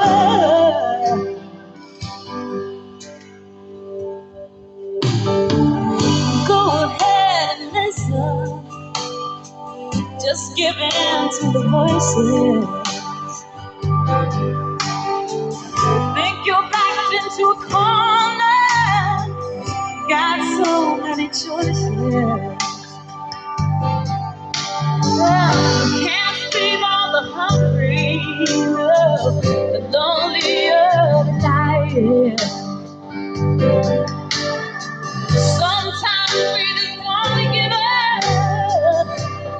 make us keep trying.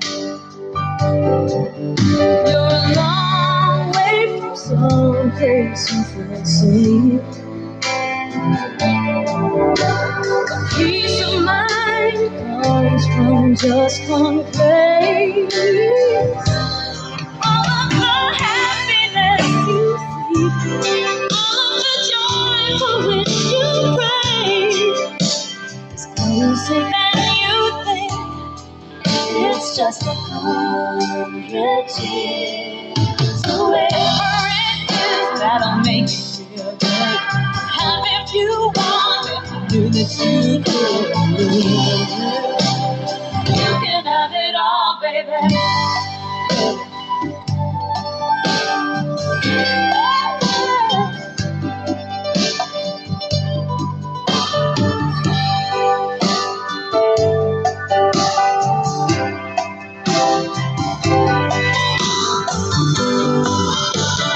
Long way from somewhere you call home. There's a place in your heart you're not alone. All of the happiness you see, all the joy for which you pray, is closer than you think. It's just a magic. All of the happiness you see, all the joy for which you pray, closer than you think. It's just 100 tears.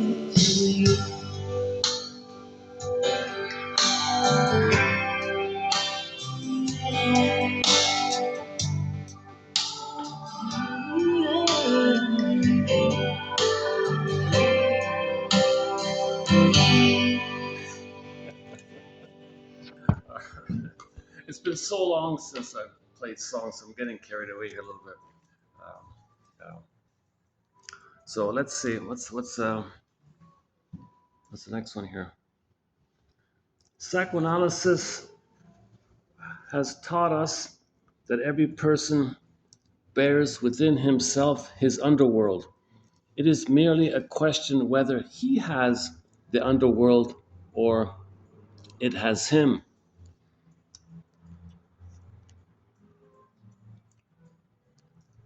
So, are you challenged? Are you channeling your life energy um, through your consciousness? So you have your unconscious. If you don't have the arc, then you're flooded, like so to speak. Your unconscious has you. Okay, next one. Religious problems have, in most cases, a very clear psychological aspect. Well, let's not do the religion one. Okay, Jesus. Yeah, let's not. Okay, let's skip it this time. There is no ground. There is no ground for assuming a simple, abstract, quote, religious emotion to exist as a distinct, elementary mental affection by itself. Only a common storehouse of emotions which religious objects may draw. Okay, again, let's not get into that. Thompson, there's a little thin book called "Why We Believe in God" or Gods. By Andy Thompson talks about this. So yeah, okay, that's a huge. That's jam packed. Jesus. Next time, another time. Nature doesn't require that we be perfect. It requires only that we grow, and we can do this as well from a mistake as well as from success. Yeah, so we don't have to be perfect. Just keep growing, keep healing, keep growing, keep healing.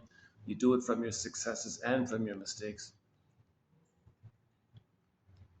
The high, oh, that's Rollo May. Oh, Rollo May. Okay, we have a few books from Rollo May's book called "The Cry for Myth." Yeah, the highly vaunted sexual freedom has turned out to be a new form of Puritanism.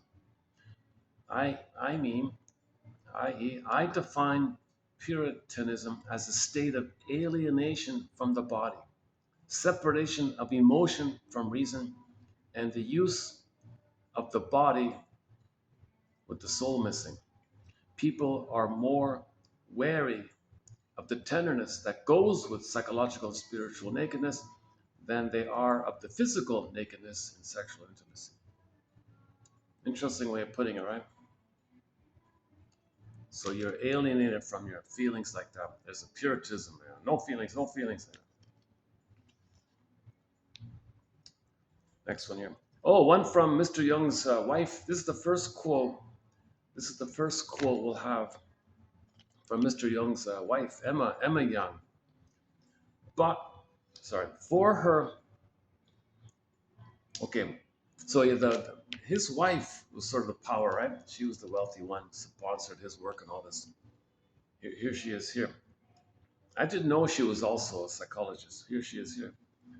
For by her unconsciousness, woman exerts a magical influence on man, a charm that lends her power over him, a charm that lends her power over him.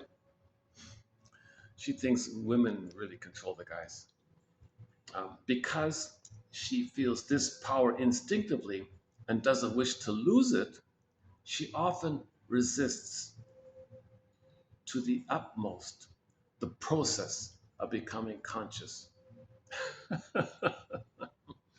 If she's drunk on all this power, well, don't be conscious because you might have to sacrifice her.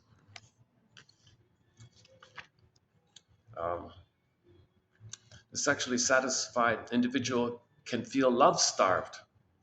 Sex concerns the choice of body, love, the choice of a person. The object of sex is desired only during the short time of excitement. The beloved is the object of continued tenderness.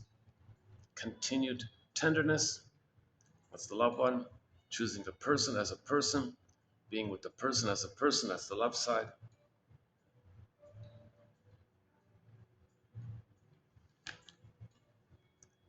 So it's meant to be together, obviously, right? Not split. Next one. It,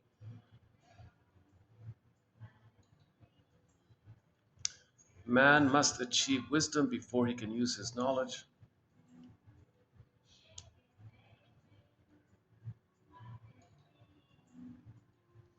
Is that it? I sensed her sympathetic uh, fight or flight response in her fast talking. I usually feel manic. I usually feel manic fast talking when I'm here. I'm afraid if I'm not that way here, you won't know I'm needing and you won't know that I'm needy and take care of me. Okay, I'll update this thing about the sympathetic versus the parasympathetic nervous system response.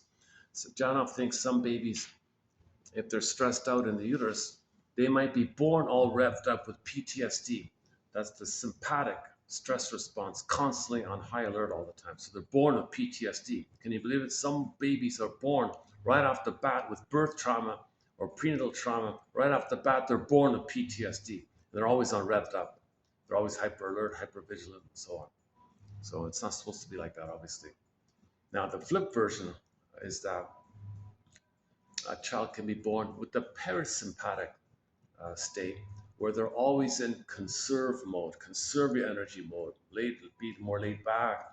So, so that might be like the type B person versus the type A person, or um, the extrovert versus the introvert, maybe. Um, it's not meant to be like too set in either one.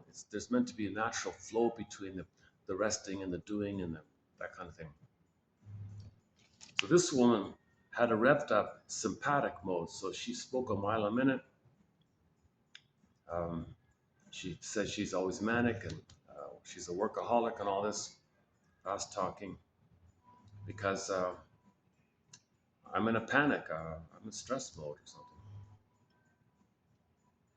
There is a depth in the human psyche at which all feelings are one, and the disparagement of any contaminates and constricts all.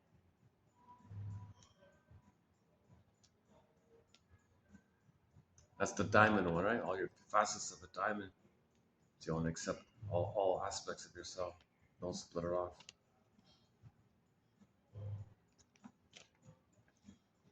A nice one here by the famous Lao Tzu. The way is the goal. So what the goal is the way. The way is having your beingness. So the goal is to have your beingness, and when you have your beingness, you that's the goal, to have your beingness. The way is the goal, and then you have your beingness. That's the goal. The goal is to have your beingness. The way. So the way, I think, the famous the way, I think that's the beingness. And I see some decorations of the hanging fish, the shining fish. That's the beingness, the light and the beingness, the shining beingness, the brightness of your beingness. That's the goal, to have that beingness. And being in your beingness, that's the goal, to have your beingness. So you to get your soul back in your body, that's the goal. That's the way. The way is the goal. Having your beingness, having your soul in your body, that's the goal. The way is the goal. So being yourself is the goal. Just to okay. So he's very good poems by Lao Tzu. Yeah, very good poems.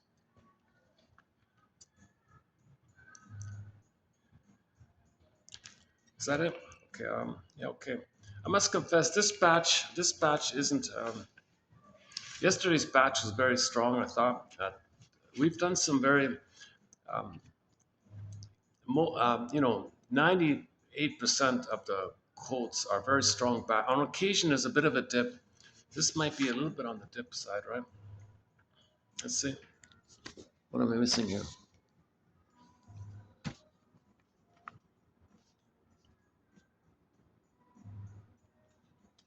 Okay, I'll leave this other part of the Janov part. Okay, this one by Janov, yeah, this one by Janov about.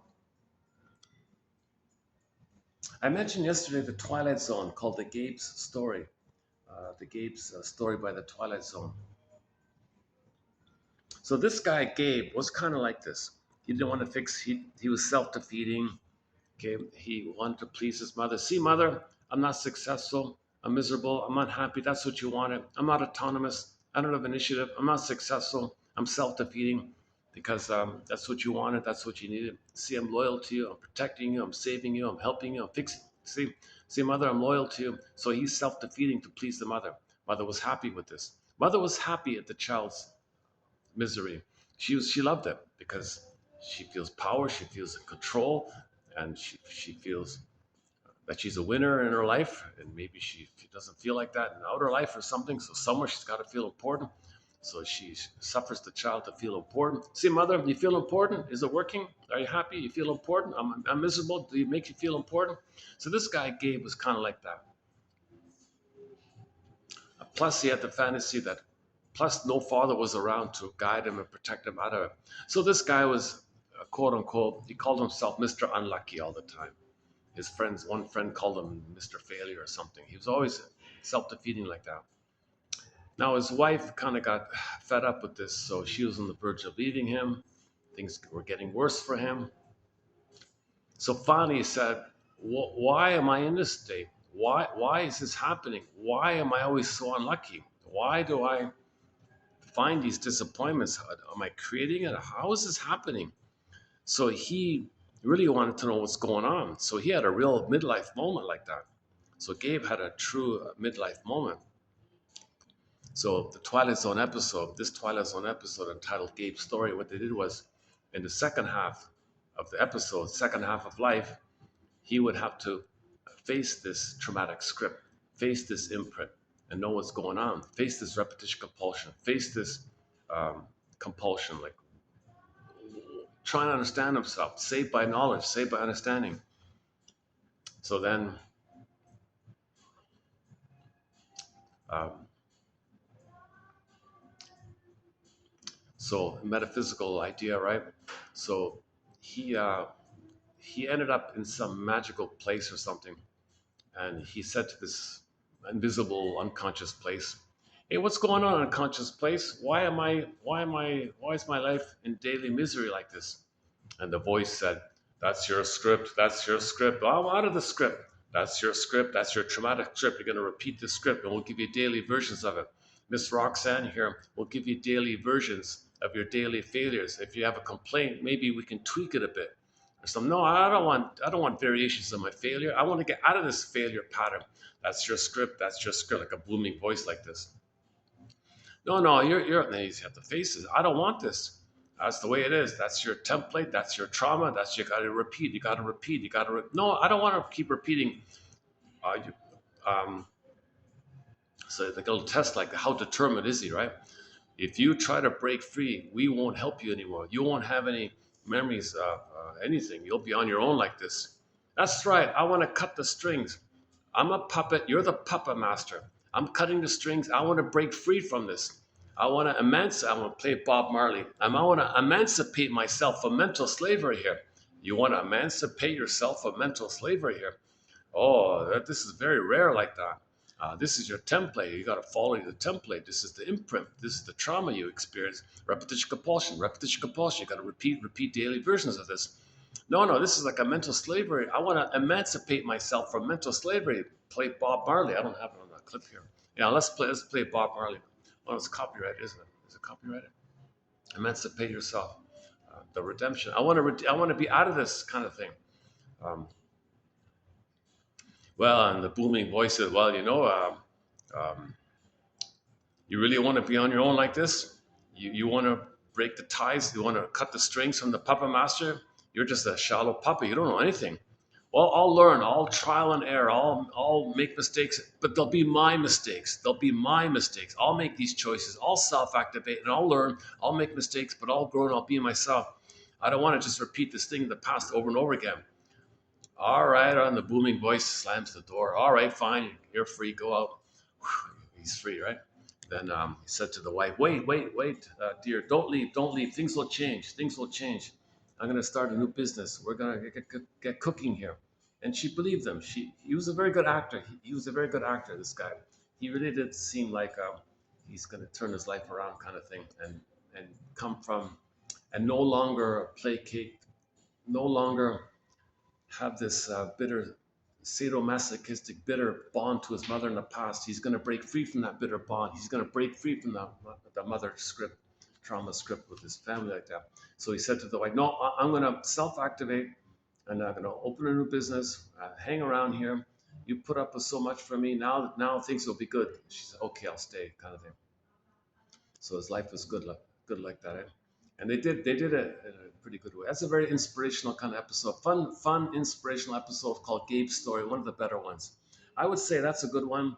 Wong's Lost and Found Important, another excellent episode from the Twilight Zone. Memphis is another good one called Memphis.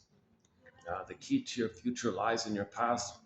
In the Memphis one, the guy had a problem for his future. The key to your future lies in the past. So time travel, time is Twilight Zone, time machine. Went back in the past, and he was a father to his younger self. Basically, they didn't show it directly like that, but the message, the psychology was, he was going to be like a mentor or father to his younger self. It wasn't his younger self, but the idea is like that. So it came back to the present. His future was good because he was loved in the past. He wasn't loved in the past. Go back to the past, love yourself, come back to the present, your future is better. The key to your future lies in your past. So just like Anne Teachworth's template thing, the key to your happy relationship future lies in the past. Well, think about it. In your past, in your childhood, did you like how your parents related with each other? Don't you wish they were nice to each other? Of course. Well, do a time travel thing and role play healthy versions of them. Come back to the present and your future's better. So yeah, that fits as well. Yeah. So the link to the link to Twilight Zone episode for Anne Teachworth's three videos we're gonna do coming up 27 41 to 3 is going to be the Memphis episode because it really kind of fits in with that one. There are a lot of Saturday's a very good Twilight Zone episode, the healing journey in 7 parts with each part named after one of the days of the week. Someday, Moan Day, Doomsday, Wound Day, Thorn Day, Free Day, Saturday. I could spend 2 hours on that alone right there. So you got to face the someday thing. In Pavlov's dog, there is There is a line. I gotta turn this on.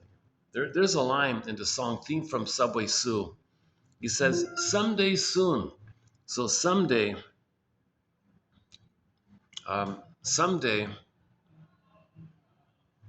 Okay, the idea about someday is we gotta face this issue of stuff in the healing journey. You gotta confront this someday stuff.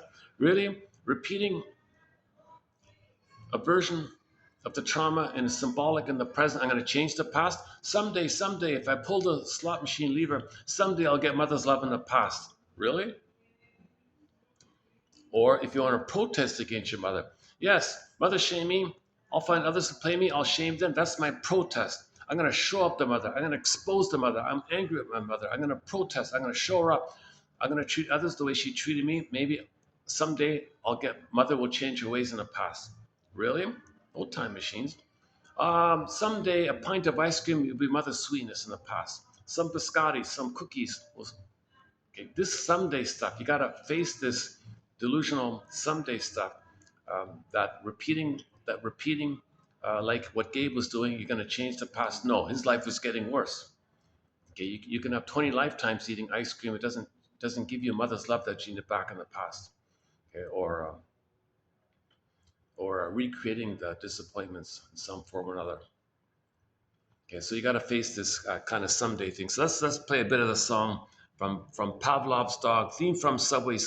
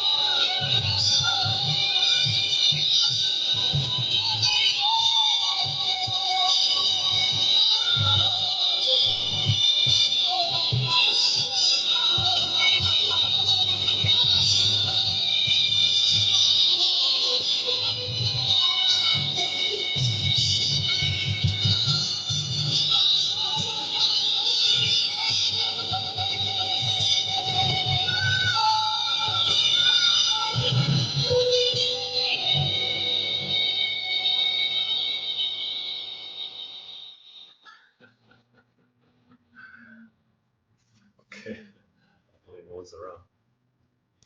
Um, yeah, so this someday, so you can hear the line, the lyric in there. Someday soon, we'll find out what's going on here. Someday soon, we'll we'll figure out how to heal ourselves. Someday soon, someday. So you got to face. So I just want to board the lyrics. Someday. So in the Saturday Twilight Zone episode, the first day was someday, someday. You got to face all this someday stuff. So nonsense, right? Really, so repeating what happened in the past with others in the present, like a theater thing, to stand in for the past. You're going to change the past. Oh, someday, someday, and so on. The showing up to mother, really treating others badly the way your mother treated you, as a protest that someday your mother will change her ways, see the error of her ways, and a magical time machine will appear, and you'll get the love that you should have received back then in the nursery time. Oh, someday, someday. Okay, you got to face this someday stuff. Okay, then when you do that, okay, now there's a moan. Now, when you admit that, the nonsense of that, this blind nonsense, then this unreal hope nonsense. Martha Stark calls it this relentless, stubborn, unreal hope nonsense. Then you get to the moan day. Now you feel a moan. Now you get moan day. After the moan, oh boy, okay, that's the beginning. Now you got to face the doomsday issue, the doomsday. Okay. No baby's born guilty or due or debt, guilt to the mother, but he believes that or he thinks that to account for the pain he's in. If the baby's in pain, he thinks he's being punished. Is he being punished? Did he do something wrong? Is he guilty? Did he do something wrong? Okay. He tried to save his mother. He failed, so he's guilty. He couldn't save the mother. He owes the mother. It's his responsibility. It's his due debt obligation to save the mother. He can't. He's stuck with this timeless dues issue. So on this point, a very good Twilight Zone episode. Um, hang on, what's it called again? There's a very good Twilight Zone episode. It's sort of a Groundhog Day. I gotta look it up. I forgot. There's a Groundhog Day kind of episode from the Twilight Zone about a guy having the same nightmare again and again, Groundhog Day style. So this guy, okay, um, when he was a baby, okay, when he came on the scene, his older sister didn't want him because the older sister thought that his presence would interrupt her bond with the father because the older sister, didn't have a loving mother and she needed the father to protect her from the abusive mother. So she had a very strong connection to the father as a source of protection. Although the father can't meet the older sister's needs, at least she felt some safety and protection and maybe guidance out of the pain with the mother. If the father wasn't there, she'd be gobbled up in her fantasy by the mother, terrorized like this. So she really needed that connection with the father. Now, when her younger brother appeared, okay, the first question is, did the boy do anything wrong when the boy came on the scene? Did he do anything wrong? Is he guilty? Did he do anything wrong? Did the baby do anything wrong when he came on the scene? No, of course not. But the daughter didn't want him. So the son felt, did I do something wrong? Am I guilty? What's wrong here? I did something wrong. What did I do wrong? He felt guilt. He felt his guilt, unconscious guilt. Okay, turn the page. They did a combo two in one thing. So another scene is another case scenario, which they condensed is sometimes the mother isn't golfing with the son, and the father shrugs his shoulders and said, I don't know what to do here. All right, fine, sacrifice. Go ahead, wife. You can gobble him up. He's all yours. Take him. Sacrifice. He's yours. Leave me alone. I'll go to the garage and play with my hobbies. So the father sacrifices his son to the monster mother for his freedom. Leave me alone. Okay, so that's a common one. Okay, the self-help book linked to this is one called When He's Married to Mom by Ken Adams. Is that right? So he just wants his freedom like that because he doesn't know what to do here. He can't he can't mother the baby. He's helpless, right? So he's overwhelmed and feels helpless. So he just fine. I don't know what to do here. Here, take him, leave me alone. He feels helpless and powerless in this situation. That might be a common kind of thing. Um, Now, in Gabe's story, there's another version of this where the father is jealous of this. Oh, my wife's spending all of his time on my son here. I don't want the son around. I lose my partner here. So in that case, the father didn't want the son because he was jealous. Because jealousy means he had his partner, but lost her to him. Didn't want jealous of him, hated him. So that was in the guy's brain. Okay, so he had those two in his brain. This fellow grew up, okay, and is trying to heal. He's trying to face this. So he had nightmares. Nightmares are bring stuff's coming up to you, right? Pain from your trauma is coming up to your consciousness. So he had a recurring nightmare, and in the nightmare, they did it whereby he would transfer all this onto a courtroom thing. So he'd have a courtroom nightmare where there was a slight variation. Like one night, he'd see his father in the courtroom as the judge. You're guilty. His father. Oh my God. Next night, the father would be the district attorney. Get him. Guilty. Oh my God. Next time, the father's the priest guy. Ah, you're a sinner. You're guilty. Ooh, oh my God. And this went on like this as a nightmare Groundhog Day. In one loop, he said, Father, can you possibly forgive me for whatever it is I did wrong to you? I have no idea. For the life of me, I have no idea what I did wrong here. I feel this immense guilt. I feel this due to you. I feel some punishment. I feel I did something wrong. I'm a criminal. What did I do here? I have no idea. Whatever it is, either tell me or forgive me or do something. Tell me what it is. He was in this panic like that, you know. Um, and then we didn't get to the he didn't get to the sister part, so he mentioned the sister part, but he didn't. So the episode ended, and he's still in the loop, right? Now we can cross over to the Franz Kafka's famous story, The Trial. So similar idea. A guy's told he's guilty, and the guy freaked out and said, "Well, I don't get it. Of what?" And then they wouldn't tell him. Then his whole life was stressed out over this issue. What am I guilty of? And nobody would tell him. So he was tortured by this thought like this.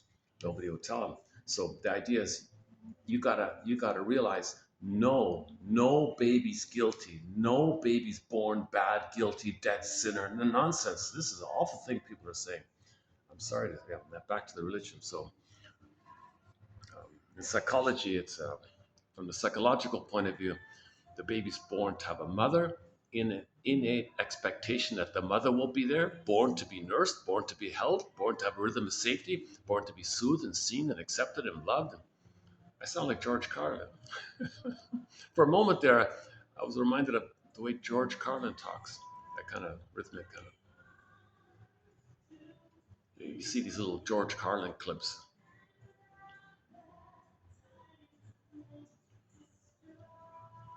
Um, yeah, so the baby was born to be loved like that, in an expectation that the mother would be there. He doesn't expect to be betrayed by his mother. Wow, that's an alien thing for him. He creates an image of an alien in his mind, and then later on believes in aliens as a code for that trauma. That's one theory. That's Janov's theory. Okay, so it's out of the baby's world for his mother to hurt him. He's enraged like this, creates some frightening entity, a strange entity in his mind, and thinks that's his mother. And then later on says, "Oh, there are aliens out there." Well, that's code for this image that you created when you were traumatized by your mother. So the belief in aliens is code for babyhood trauma, in other words, to keep it short. But no baby's born with some innate, defective, guilty do that he's supposed to save his mother, that he's defective and there's something wrong with him, and it's his innate born job to fix his traumatized mother. What nonsense. How is it any baby's job or capacity to somehow save his traumatized mother? Where did anybody think of that? But religion co-ops that to they take that psychology and tell you that to keep you traumatized, keep the pin in, because you need people like that to. You need people to repeat Okay, and then it opens up a whole door if I go down that road. There's a whole 7 hour video. That little point leads to a 7.5 hour video, 27, was it 27:45? 27:25 or 27:45, part 3 of 3. There's a 7.5 hour video done about a year ago on that. It needs to be updated about how, when we say religion, we mean when religion is being used as a part of the pillage and the plunder. So mother baby thought the mother plundered his soul, pillaged his soul, short sold his soul, was a robber baron, was a plum, took his embodied home away, identifies as the aggressor, sees land and takes it as a reflection of his inner state, as above, so below. The behavior outwardly is a reflection. Now what? Exposure is locked. Well, I'm accidentally. Oh, I see. Still got to get used to this phone. I hope I can fix the audio on this thing. Jesus, there aren't any other affordable phones to tell you the truth.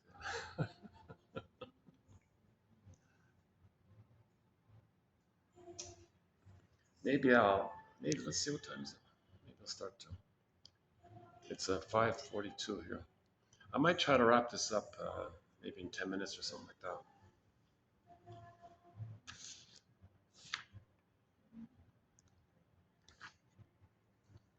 Although I still have lots of, I still have. By the way, yeah. By the way, for the price of a half a cup of coffee, one can get these.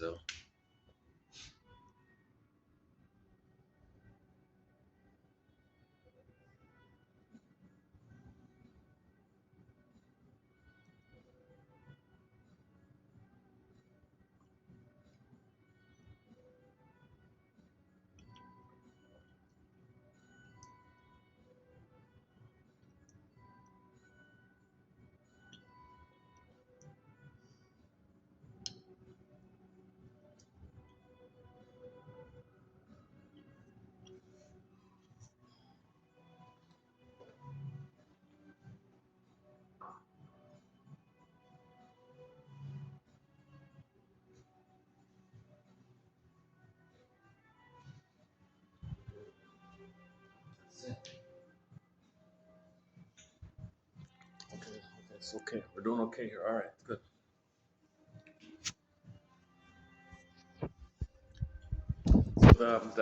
So back to the yeah, the Franz Kafka story. So he never made it specific. He never identified it. He was always feeling guilty like that. So, and now we enter the fugitive story. Richard Kimball is a fugitive from the justice he seeks. Right? So that's code for the baby feels like he committed a crime, running away from his mother while looking for his mother, while running away from her because he feels like a criminal. He committed some kind of crime. Like the Franz Kafka, they said you're a criminal. The baby's not a criminal. What an awful. How is it that a baby is a criminal when he's born? How the hell that happen? That's nonsense, right? So you got to upgrade this thing. Now the baby does this to himself because that's what the mother wanted. The mother wanted him to think that because then he'll always be due to her. That's what the mother wants. Emancipate yourself from mental slavery. So a lot of mothers have this unknowingly really hurt their babies with their compulsion to get their needs met through their baby. Okay, Anne Sexton, 1960, I made you to find me, baby. The woman said to the baby, look, baby, I wasn't loved by my mother. I had you, so I would use you as a secure base from which I'd find myself. I made you to find me. Okay, then the Tuesday. So someday, Monday, Tuesday. Now you got to enter the wound today. Now you're facing the wound issue. Now, when you're in the wounds day, okay, now you know you got to get your story, narrative medicine, enter free association. Okay, inside out two, broccoli boat, stream of consciousness, code for free association. Say what comes to mind, try to tell your story. What does this remind me of? Validate your feelings as they come up. Okay, I must have a very good reason for feeling this. What's the hardest thing about this, or what's the most painful thing about this? Just free associate bit by bit. That's linked with dream interpretation as well, because you might get a dream in the morning, and then when you wake up, okay, You're sleeping, it's in the water, right? Wake up into the air like a duck, swims in the water, flies in the air, make the unconscious conscious. The Hermes as well, giving you a message. So your unconscious self, your secret self, your shadow self, your second self, your double self, the one who walks with you, who's not like you, who is you, the stranger within. Someone's living my life, I know nothing about him. All of you that you don't know is called the double self or secret self. When you wake up, this unconscious self is sending you a letter. Hey, you. Hey, conscious you. Hi there, unconscious self. Um, Look, conscious self. I gave you a dream sequence to your consciousness. Did you get it? Yes, I got it. Thank you. Well, it's like this in your soul today. It's like this in my soul today. That's right. It's like this in your soul today. Oh, thank you, unconscious self. It's like this in my soul today, and free associate from the dream sequence snippet that you remember.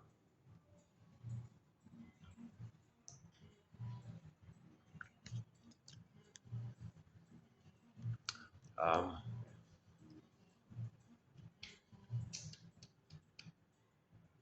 I could go downstairs to the lobby and finish up, right?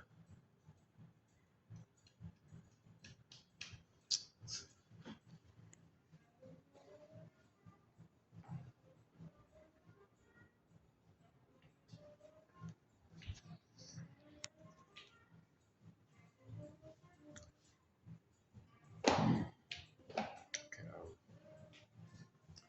Where are we? Oh, yeah, we can just do this. Yeah, why don't I get the nice background? Oh, now that the lighting is straightened out. Oh, let's get the nice background. Oh, look at that. Oh my goodness, the lighting didn't work before, so well before last time. Now it's okay, right? Yeah, next time I'll do it like this with the lighting in the background. Oh, that's fun. Yeah, look at the background here. Yeah. Okay, so free association, dream interpretation. Think like the duck. Embrace the duck spirit. Make the unconscious conscious. Live in these two worlds like that. Okay, okay, then the thorn day. So that's kind of like the most painful point where you um, froze your soul like a thorn like that. But you don't control that; it'll freely come up. Now, when the thorn is released, okay, enter Kirikou and the Sorceress, the French animated film. You see Kirikou pull up the thorn. So that then there's like a release like that. There's the Firebird. When you pull the thorn, the Firebird flies up. So you hop on the back of the Firebird, you ride the Firebird, you're getting your feelings back. Now, finally, you're free. That's free day on Friday, free day. Now, when you're free, it's a new feeling. Can you hold on to it? That's the Saturday issue was about. So, can you hold on to your authentic self? So, in the Saturday Twilight Zone episode, um, the condo was occupied by the authentic self, and the false self was in a hotel room or something. And the false self was trying to boot out the authentic self. The authentic self said, no, no, we did it your way. Let's do it the authentic self way. So the condo means the body. Who's going to be in the body? You want the soul in the body. So the soul went back in the body. The authentic self was in the body. We're going to do it the soulful way. This false self, they called him a weasel, a shallow weasel, all this sickly kind of stuff. Okay, and so then if you can hold on to your soul like that, then on Saturday, if that false self dissolves away, or like broken glass shatters away, dissolves away. They mean it like that. Hence the title of the show, Saturday. So you want to get to the Saturday. Now that episode doesn't show you Sunday to Friday. They only show you the last one, the Saturday one. They only show you the conclusion. They don't show you a let up to that. That's okay. Interesting way of doing the double motif. So it's a double motif, right?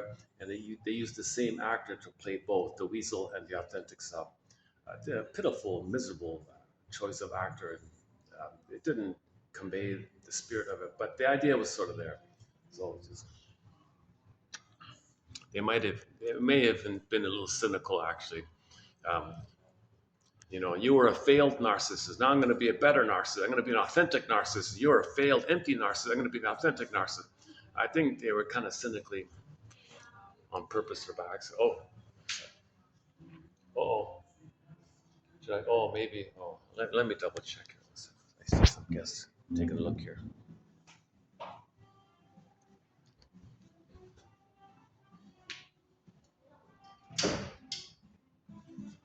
I'm just about to finish. It's still okay. Yeah, okay, okay.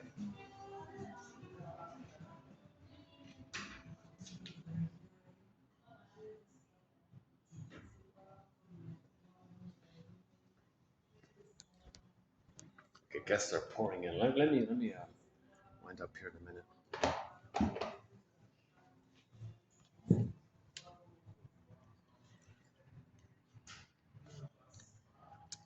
Hold a second. Let me straighten this out here. Okay, give me a sec here. Just give me a second. Let me straighten this out.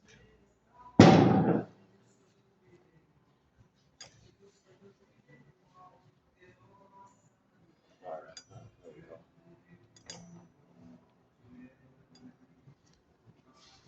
Nice tables, eh? Nice heavy tables. Look at this. Got these nice heavy tables. This nice marble tables, eh? Yeah, nice. What else? Where else are we? Yeah, okay. Yeah. So once again, the episode is entitled Saturday.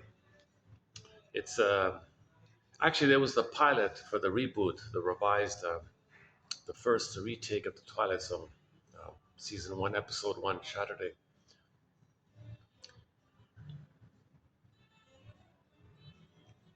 Okay, another core task of the healing journey is to resolve oppositional thinking.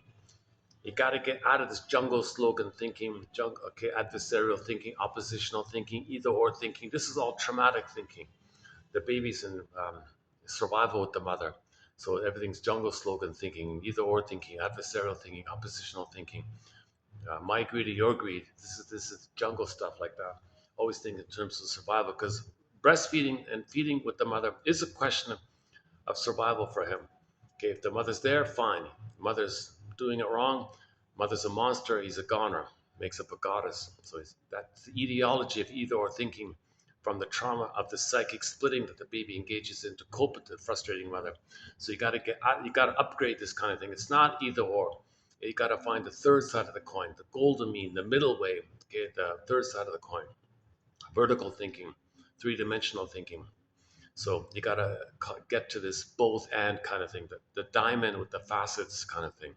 It's all inclusive. Yeah, but this one here about where is it again? There is a depth in the human psyche at which all feelings are one, and the disparagement of any contaminates and constricts all. So a little bit like that. Okay. So you want to be inclusive. Don't split it off like that.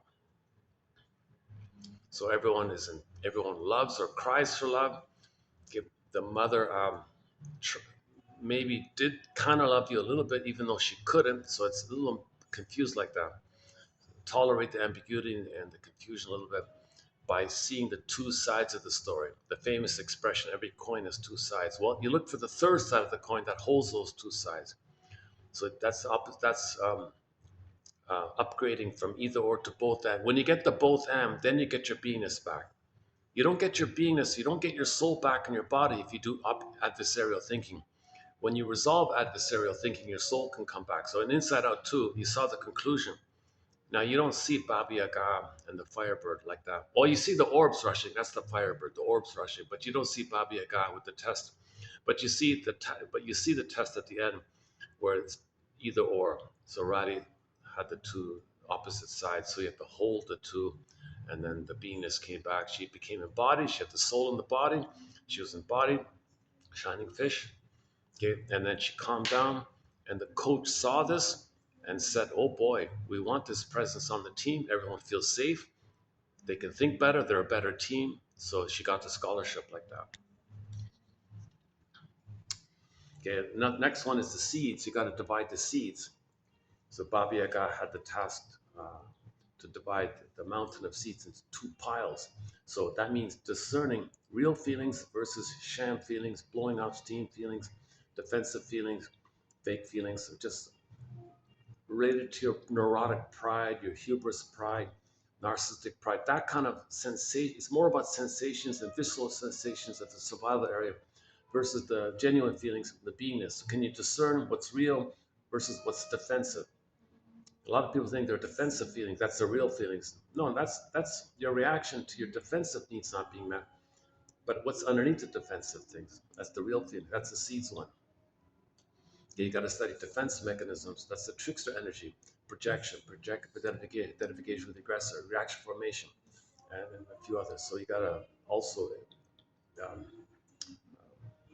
know how the brain, know how the psyche did things in the mind to make you unaware of the pain. And it's all going to be cloaked over with rationalizations. So you got to confront these rationalizations, justifications, excuses. The pain creates them, but when these beliefs are created, they're there to make you unaware of the pain, although at the same time, it's the pain that created it. But when you have these false beliefs, like the woman hurting the baby, well, spare the rod, that's a belief. Really, um, she believes it. The pain makes her believe it. So you got to face this false, hurtful belief. Um, okay, so confront your rationalizations like that. You got to confront your flammery and your duplicity and all that. Kaiser calls it duplicity analysis, or rhetoric analysis or something like that. Okay, okay. Actually, there are a couple of more points, but I think I should get going here. Let's see. Any fun? Okay, let's see. So in okay, coming up, we'll do Solani in the next one. It's a couple of quotes from Solani, and then we'll get into the and teach word sports. Let me pack up here. Give me a minute to pack up here. We'll close up downstairs. I don't want to overstay my welcome here.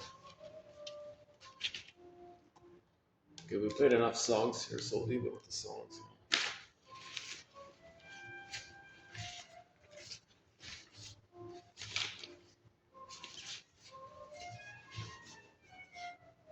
Okay, hold on a second.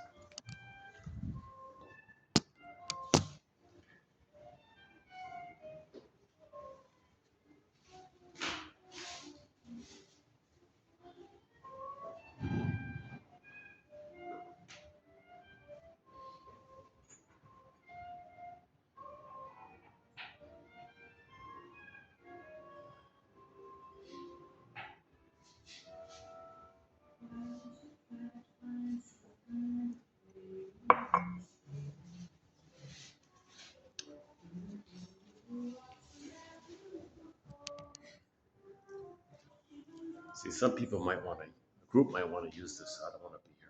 Guests coming in. That's everything's okay here. That's good. All right, that's good. All right.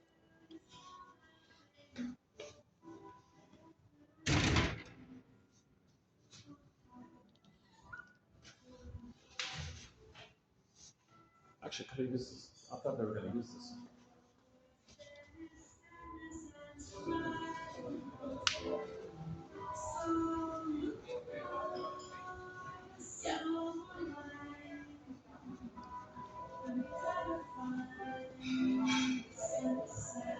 Thanks a lot. Yeah. See you next time.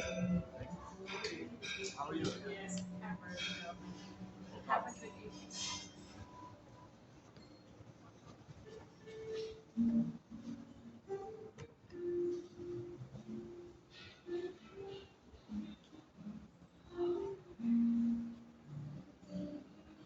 Hey, maybe we can take a peek upstairs. Yeah, let's try upstairs.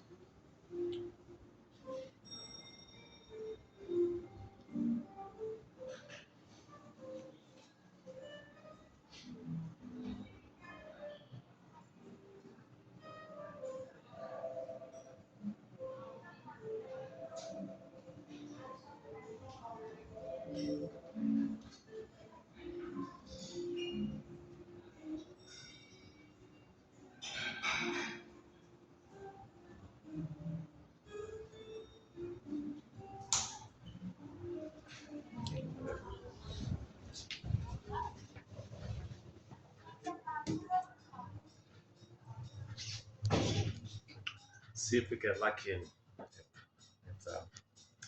take a peek on the 30th floor. See if see some of the skyline.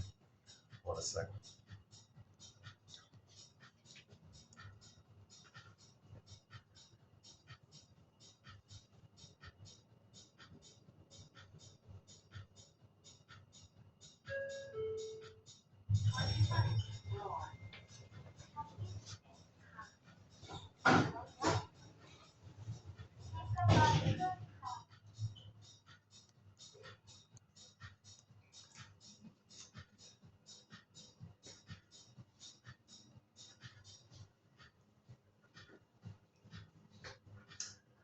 Yeah, this batch of quotes maybe is a little on the weaker end, but the recent, a lot of great quotes all around. It's very rare to have a weaker batch. Oh, there we go.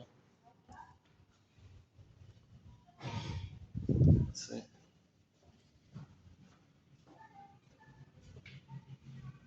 Oh, hang on. Oh, no, there's people. Oh, no.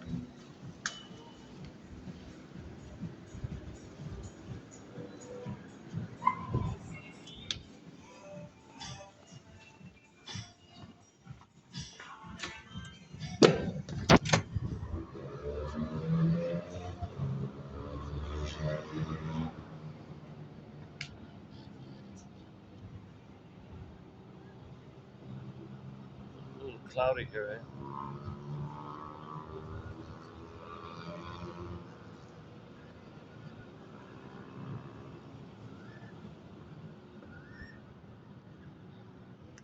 It's a show you. It's a show you.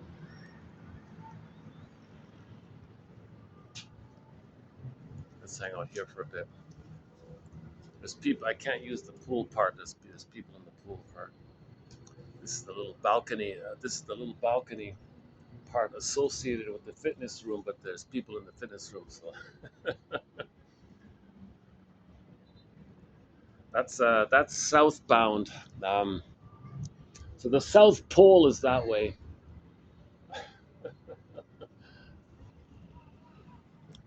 So that's the North Pole is that way behind me. Okay.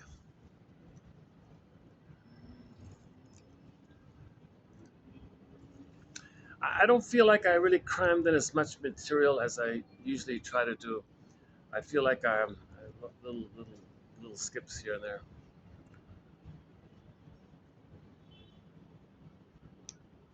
So if I did my disclaimer, didn't I? I'm not a shrink and all that. I have not been analyzed. I cannot come from a place of sharing what I learned from the analytic process. Um, there's a quote, 2822. There's a journalist went to a shrink, and this journalist reported what her shrink told her in that book, in a book of hers called Fight Against Fears, 1951 book. Very good book, even though it's an older book. She shares her experience with the shrink. I found that very helpful. A lot of great one-liners from her shrink, a guy named John Thurrott. No books of his, unfortunately. No articles, no books. He is a real person. It wasn't a made-up name, I think, or maybe it was. I don't know. Anyways, uh,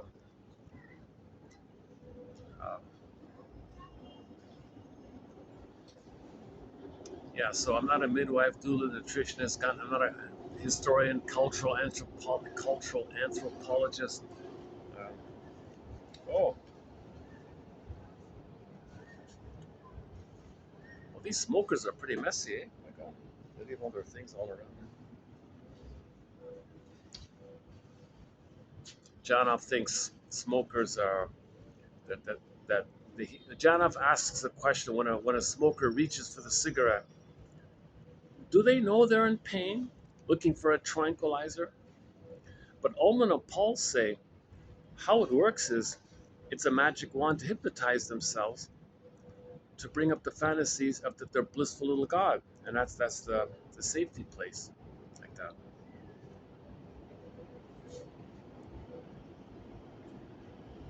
So the ersatz self object would be like the cigarettes, like the nipple to the breast, right? But it's not. But it fills in for that kind of thing to do the chemistry, the biochemistry of the nicotine, the tar, to stimulate the thoughts and the fantasies, to bring up those fantasies. Now, when you get the fantasies that you're little god, then you get the serotonin, the safety.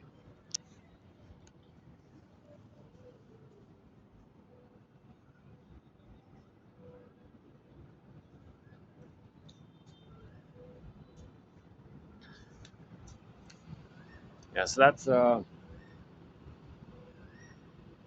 that's east, right? Yeah, north, south, east, west. Oh, so that'd be. Oh, I can't. Can I go? Can I go this way? I gotta be careful. That's that'd be west, right? Yeah, that'd be west over there. That's east. That's south.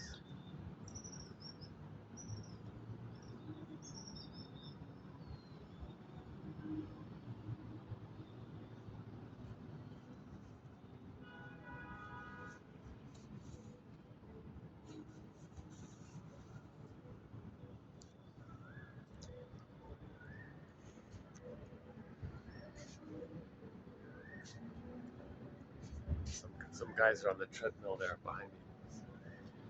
Let's see. What? Any final thoughts here? Yeah. How does it work? Does this phone give me better lighting at night? Let's see. Is there any advantage to this?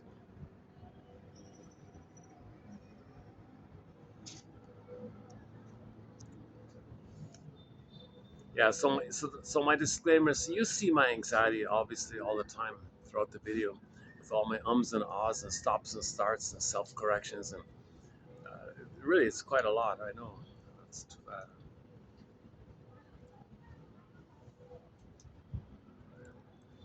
But this is a one of a kind collection. There's nothing like it out there ever anywhere. From 10,000 quotes from this analytic perspective. Oh my goodness. Now, decades ago, the closest thing to this is Gregory Bauer's book called "Wit and Wisdom in Dynamic Psychotherapy." He's got a collection of quotes in that book, that hardback book. But if you take out the Freud mistranslation, the confusing English translation of Freud, take those out, um, then from what's left, okay, there's a few in there that's good, so we pluck those out into our collection. So we got over 10,000, compared to a couple of hundred from him, and that was several decades ago. So there's nothing like it. And we got psychologically minded TV show and film quotes in our collection. Um, you know, we got the self-help ones, like the three-chair exercise by Ann Teachworth. They're very good at self-help exercise. Three chairs. Missing fairy tales is a key one. All the major defense mechanisms are in here. Like the Faustian deal called identification with the aggressor. That's a key one.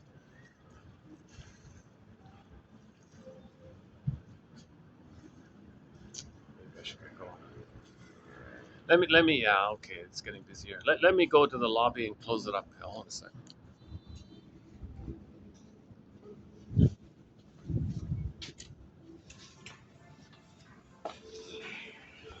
Yeah, obviously not good. Huh?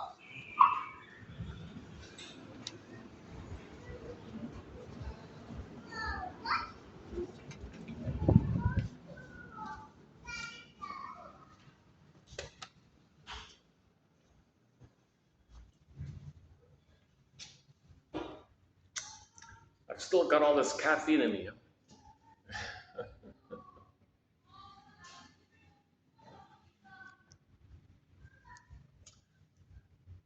I don't know how it's showing up on the playback, but my camera just did this sort of square thing.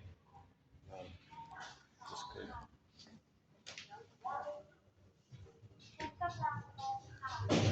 Well, now it's back to normal. Okay. How'd you like today's music? I thought we played some good songs today. Two from Pavlov's Dog, theme from Subway Sue in late November. Rick Emmett's Saved by Love, and 100 Tears Away by Vonda Shepard. What else did we play?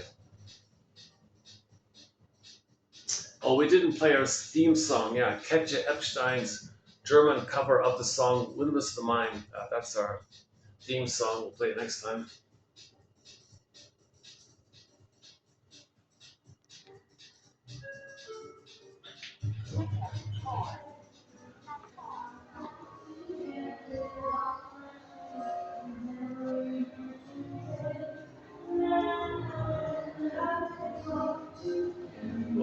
good. There's an empty spot. Is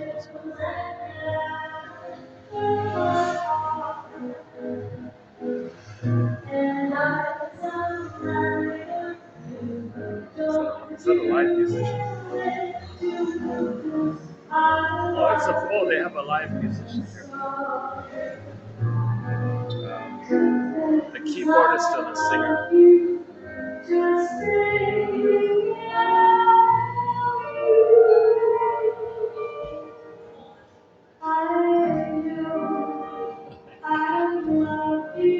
Oh.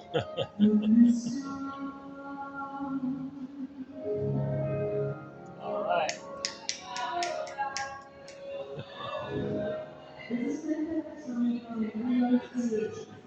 Well, that's the first time I've seen them musician here. It's a Sunday night, yeah. Well, let's ask them to play Windmills of the Mind.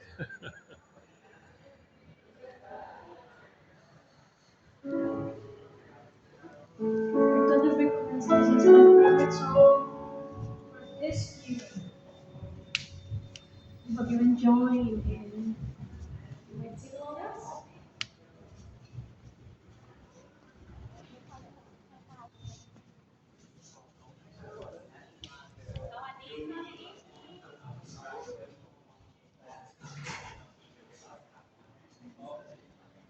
Let's just hang out here for a bit. Let's see what the next song is. Oh, they're on their break already. Oh, yeah. They have a real nice little living room here. Really nice little lobby here.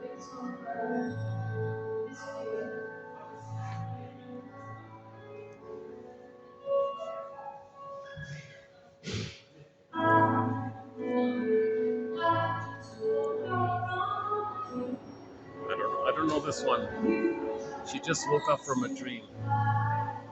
Well, if you wake up from a dream, the dream you remember, you want to capture that. That's a letter.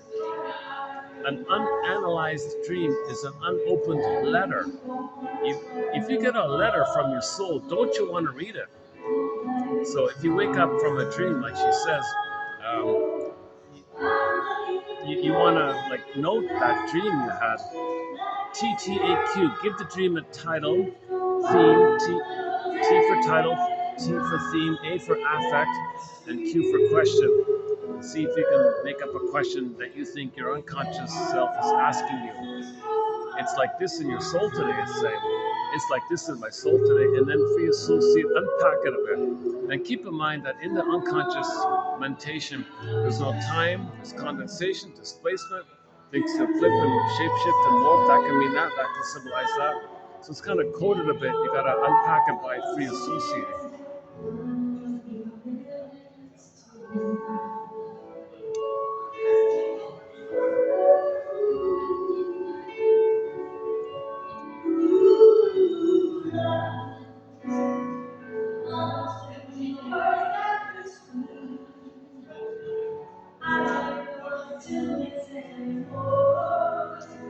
Yeah, I don't recognize the song, but the camera, might pick up the song. It'll show up.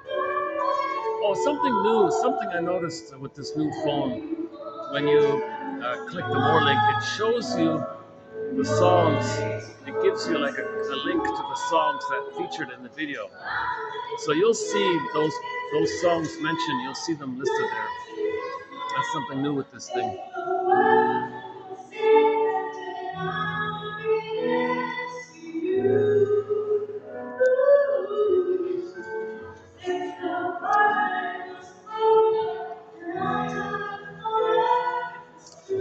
What else?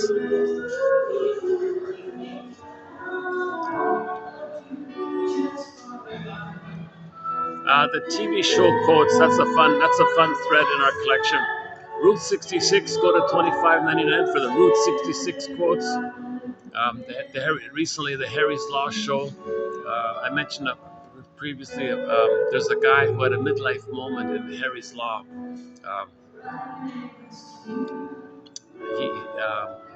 He said, quote, "I wonder what's worse, to realize you're no longer who you are, or that you still are what you've always been. The Drop Dead Diva, there's a good line in there from the Drop Dead Diva show. The wisdom of the law is, sorry, the law is the wisdom of the ages, the wisdom of the ages wrapped in the opinion of the moment. Interesting way of putting it.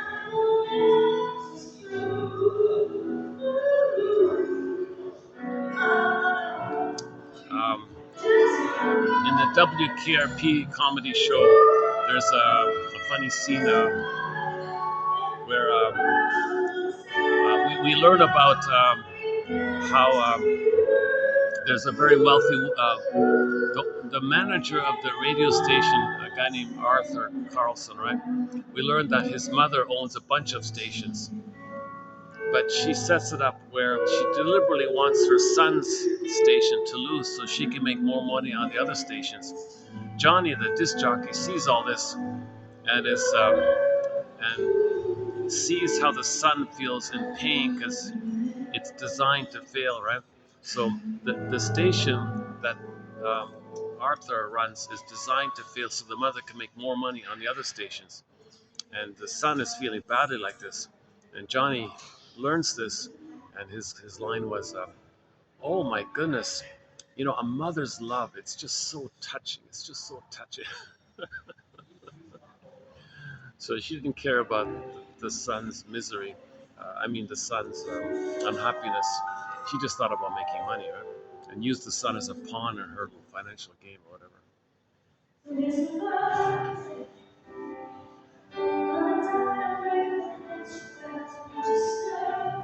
What are all these songs? I've never heard of them. Are these new? Are these new songs? I don't know. I don't mind. I'd rather. Oh my God! I'd much prefer these new songs than the tired old stuff. Yeah.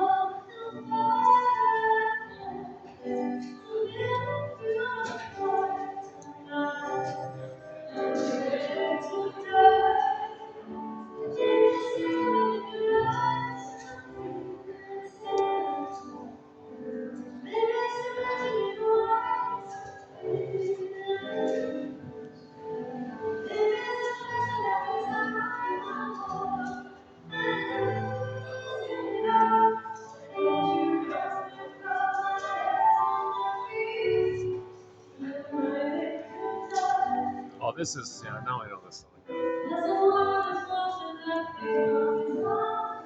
Can you hear me over the music?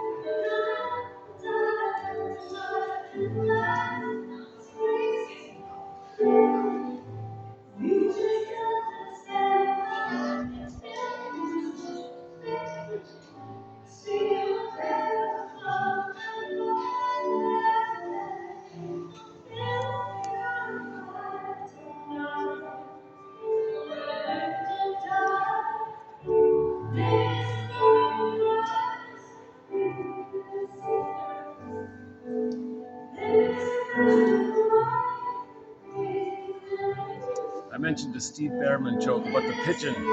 He's got a good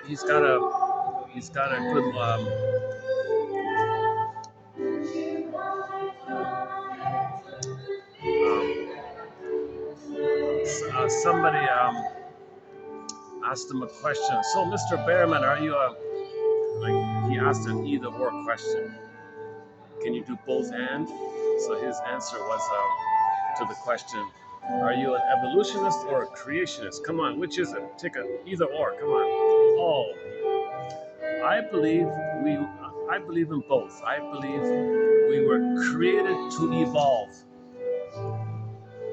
So that joke embraces the spirit of you got to find the both and, something that includes both. It's not either or. It's both and. And he says people don't really need any kind of quote unquote uprising. We need an uprising. That's one of his main taglines. Humanity needs an uprising. I've got to wise up. Wise up. So when you get back your authentic self, you'll be wiser, obviously. Because you'll have your golden ball, you have your feelings, you have your ethics and morality. That's obviously a wiser state.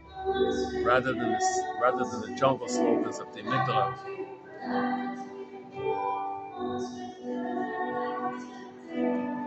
Okay, the staff are getting used to me. They're tolerating me. They're getting used to me.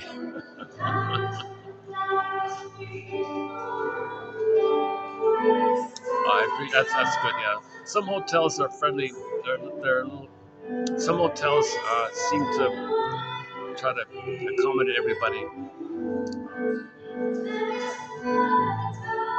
The occasional hotel, the security guy kind of nudge you over.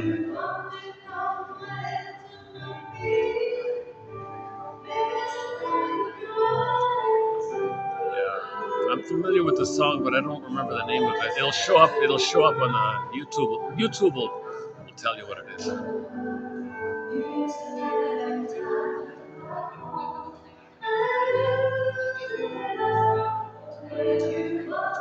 Okay, let's see what the next song's gonna be.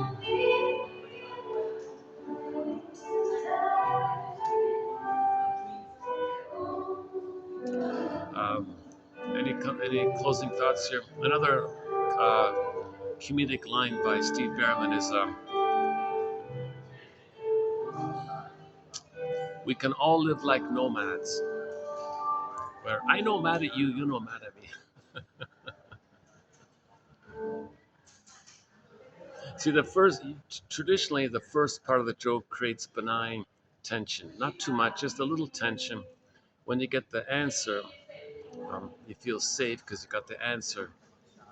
So there's the release like that, humor like that. Now you got to look at the psychic structure. Okay, if your release is based on hurting others, that's the Schadenfreude jokes.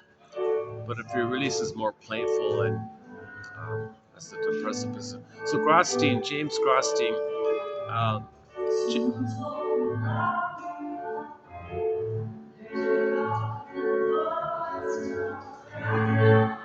oh,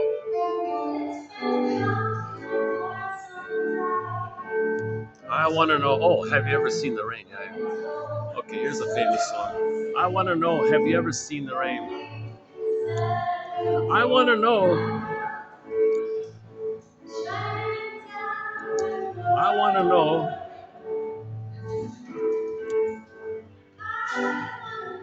I want to know. She wants to know. Have you ever like really enjoyed the present? Like, have you ever really felt like you're in the present? You can enjoy the present. You can be here in the present, right? So that's a sign of trauma. That it's hard to be in the present, to see the rain, to see the trees, to see the birds, to be in the present.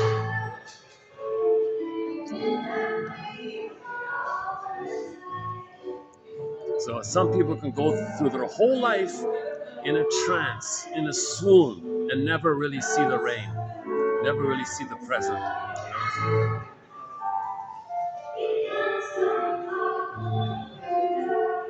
When you get back to your beingness, yes, you can see the rain, you can see the present, you can be in the present, enjoy the present. So it's a good question. It's a good question. I want to know: have you ever seen a tree? Have you ever seen a tree? I mean, really just appreciate the beauty and the depth of billions of years of evolution, billions and billions of years of evolution, the byproduct of billions of years of evolution. Have you ever seen a tree? Or is it just seen them once, seen them all? People typically will say that, right? So they're in a trance. They're not in the present. They're afraid to be in the present. They're in a trance. When the baby's traumatized, he goes in a swoon. So you're never in the present. You're just in this bubble swoon. So you slightly. It's kind of like you're drunk. One guy said he never drinks because he's always drunk. His whole life was like a stupor, like a drunk stupor. He was in a drunken stupor his whole life, never needing to drink any alcohol because the trauma put him in a disassociative. The mind structure became the dissociative mind as written by Elizabeth Howell in her book called The Dissociative Mind. So that person with the dissociative mind never really saw the rain or saw the tree. We have a song called Rain on our soundtrack by Jose Feliciano, but covered by Anne Murray. Anne Murray does a very good cover of Jose Feliciano's song called Rain.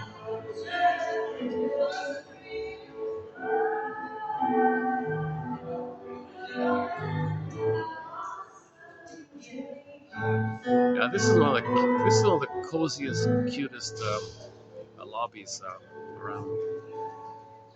It's tiny for a massive hotel. This you can barely get it. You can barely, I don't know, put you can barely squeeze in 15 people, maybe barely, maybe 20 at most. I don't know. This must be maybe this is her debut or something. I don't know. The singer seems very in a good mood.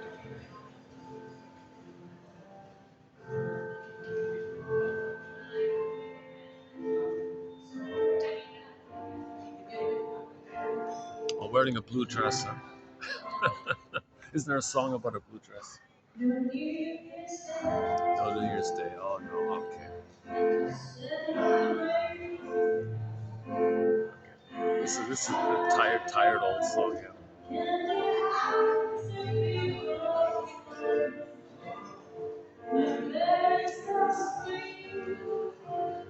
But yeah, Stevie Wonder has a.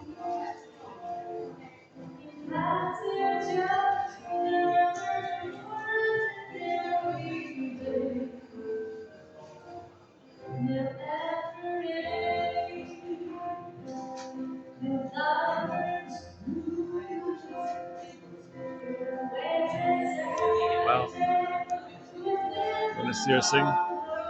Can we get her in? Are we getting her in there? One in the blue dress.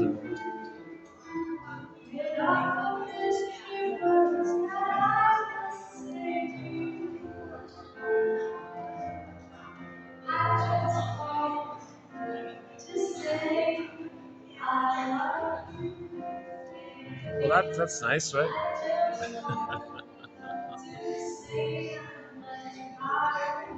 So in the 3-chair exercise, try that with the 3-chair exercise. Okay. Role play your father calling from work to the mother. I just called. Okay. You role play the mother, picking up the phone and welcoming that and appreciating that. And then do another role play where she calls the fellow at work. Yes, darling, I just called to say.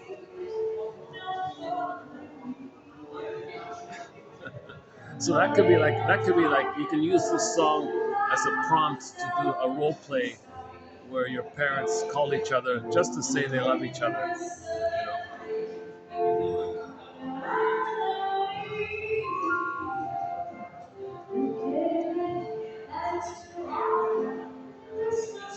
Okay, I'm lingering too long here at the end here. Sometimes at my videos at the end linger. Maybe it's a sign of that I'm connecting with my audience and I want to hang on.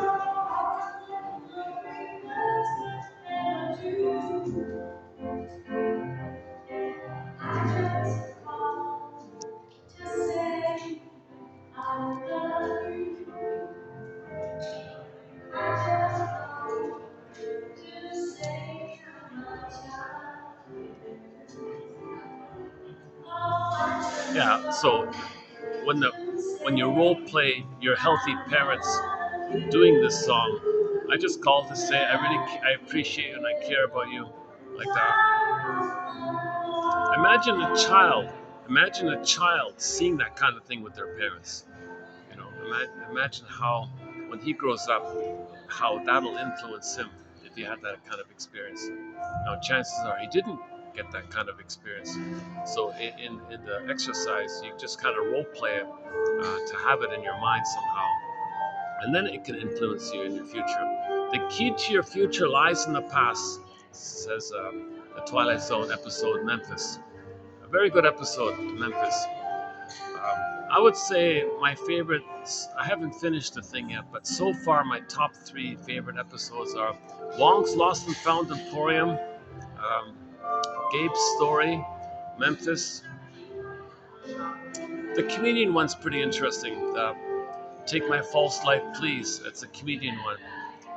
To heal, he had to face his shame. He had to face his shame. So hell is a metaphor for the emotion of shame. So they put him in a hell scene, meaning shame. He had to face the shame.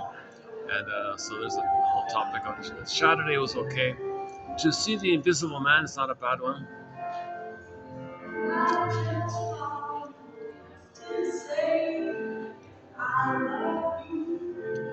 There's a silly one called But Can She Type?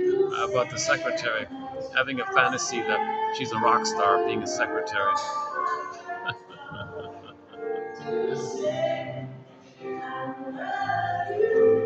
Yeah, I doubt if. I think this is an overplayed kind of song.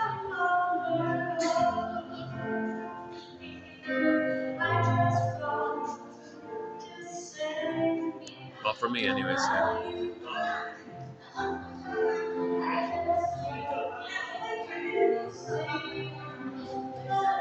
Should we take up some more quotes? Hold on a second.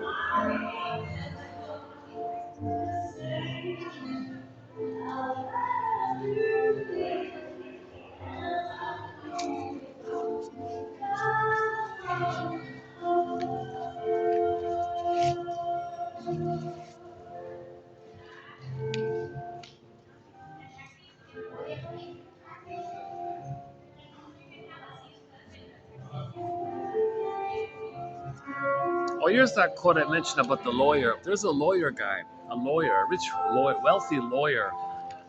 He has it all. There is a time in every person's life when one needs to step back and take a survey of oneself, a course correction of your life journey. I realized I could impact the world simply by becoming the person I was meant to be.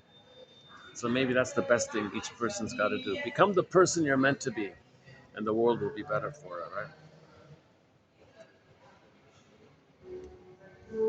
So, Man in the Mirror, Michael Jackson, Man in the Mirror. Maybe we can request. Maybe we can request that one. Oh, seriously? Oh, not this. Okay, I gotta leave now.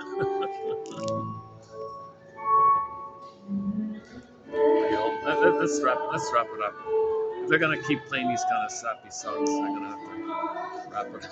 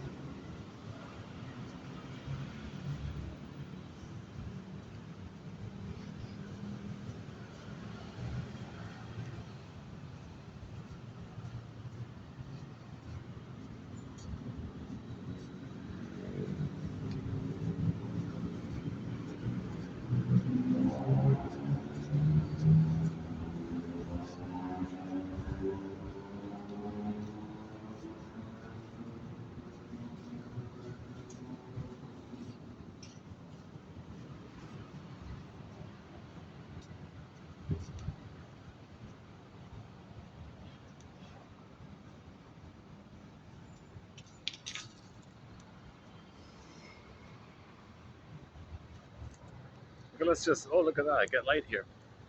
I see this camera works a little bit better. This camera seems to have an automatic kind of lighting thing here. Let's just wrap it up here for today. So thanks very much for the love of narrative medicine.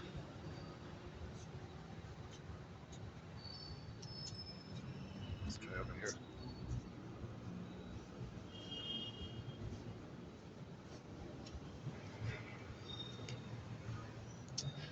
Same kind of thing. Got the glare with the glasses. I got all this glare on. Okay, for the love of narrative medicine, let's close it up for here today. I've still got lots of caffeine in me, but well,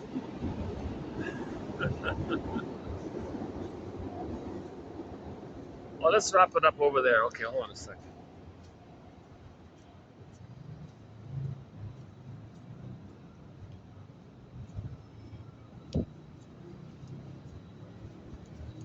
Oh, I'd like to play our theme song. Is there a way I can? Maybe I can play our theme song.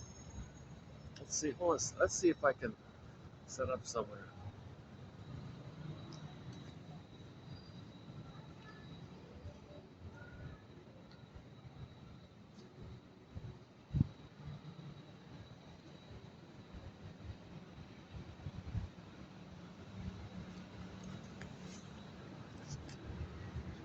Hold a second.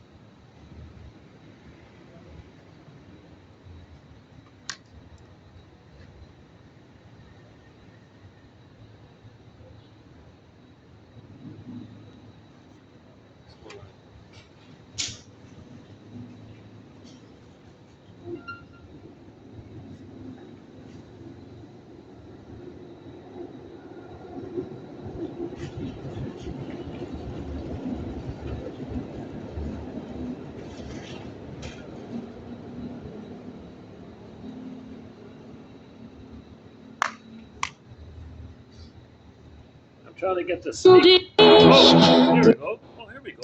Dein Augenblick zur Ewigkeit gerinnt, wenn das Let's close up with our theme song here. When the song ends, I'll hit the stop button here.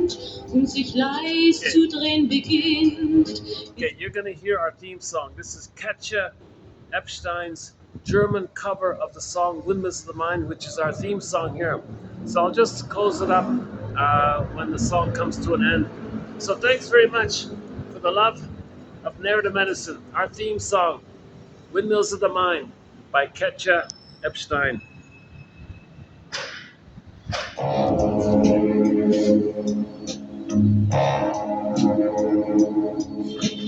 Nachts, wenn die Straßen plötzlich still sind, wenn die Stadt auf einmal schweigt, wenn aus steinernen Kaminen stumm der Mond zum Himmel steigt, wenn es hier in meinem Zimmer leer und einsam wird um mich, such ich in den dunklen Schatten die Erinnerung an dich, und ich fühle, wie ein Augenblick zur Ewigkeit gerinnt, wenn das Spinnrad meiner Träume links zerrissene Fäden spinnt und sich leis zu drehen beginnt, wie sich Mühlen drehen im Wind.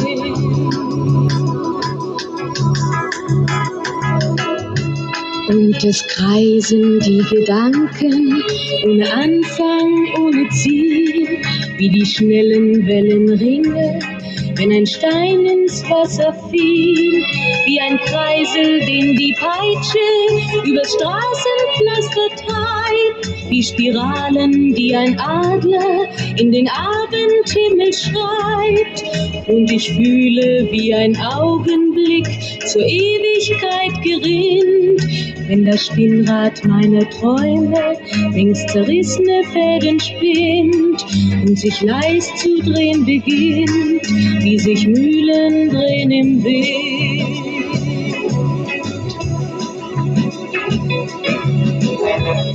1000 Fragen ohne Antwort, 1000 Fragen ohne Sinn. Warum flog für uns der Sommer wie ein Pfeil so schnell dahin?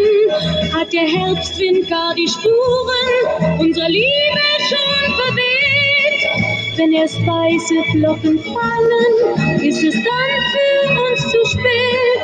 Sah ich eben nicht im Dunkel deinen Schatten an der Tür, hoffte für ein paar Sekunden, du kämst doch zurück zu mir.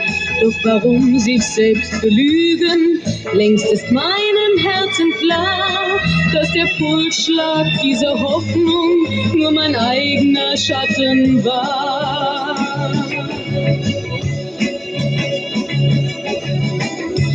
Und ich fühle, wie der Augenblick zur Ewigkeit gerinnt, wenn das Spinnrad meiner Träume längst zerrissene Fäden spinnt und sich leis zu drehen beginnt, sich im Kreis zu drehen beginnt,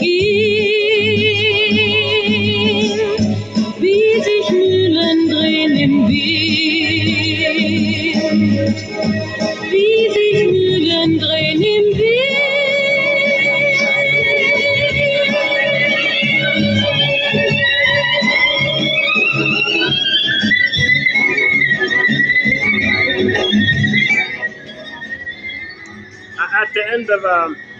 At the end of yesterday's video, we closed up with the song "Constant Tourist."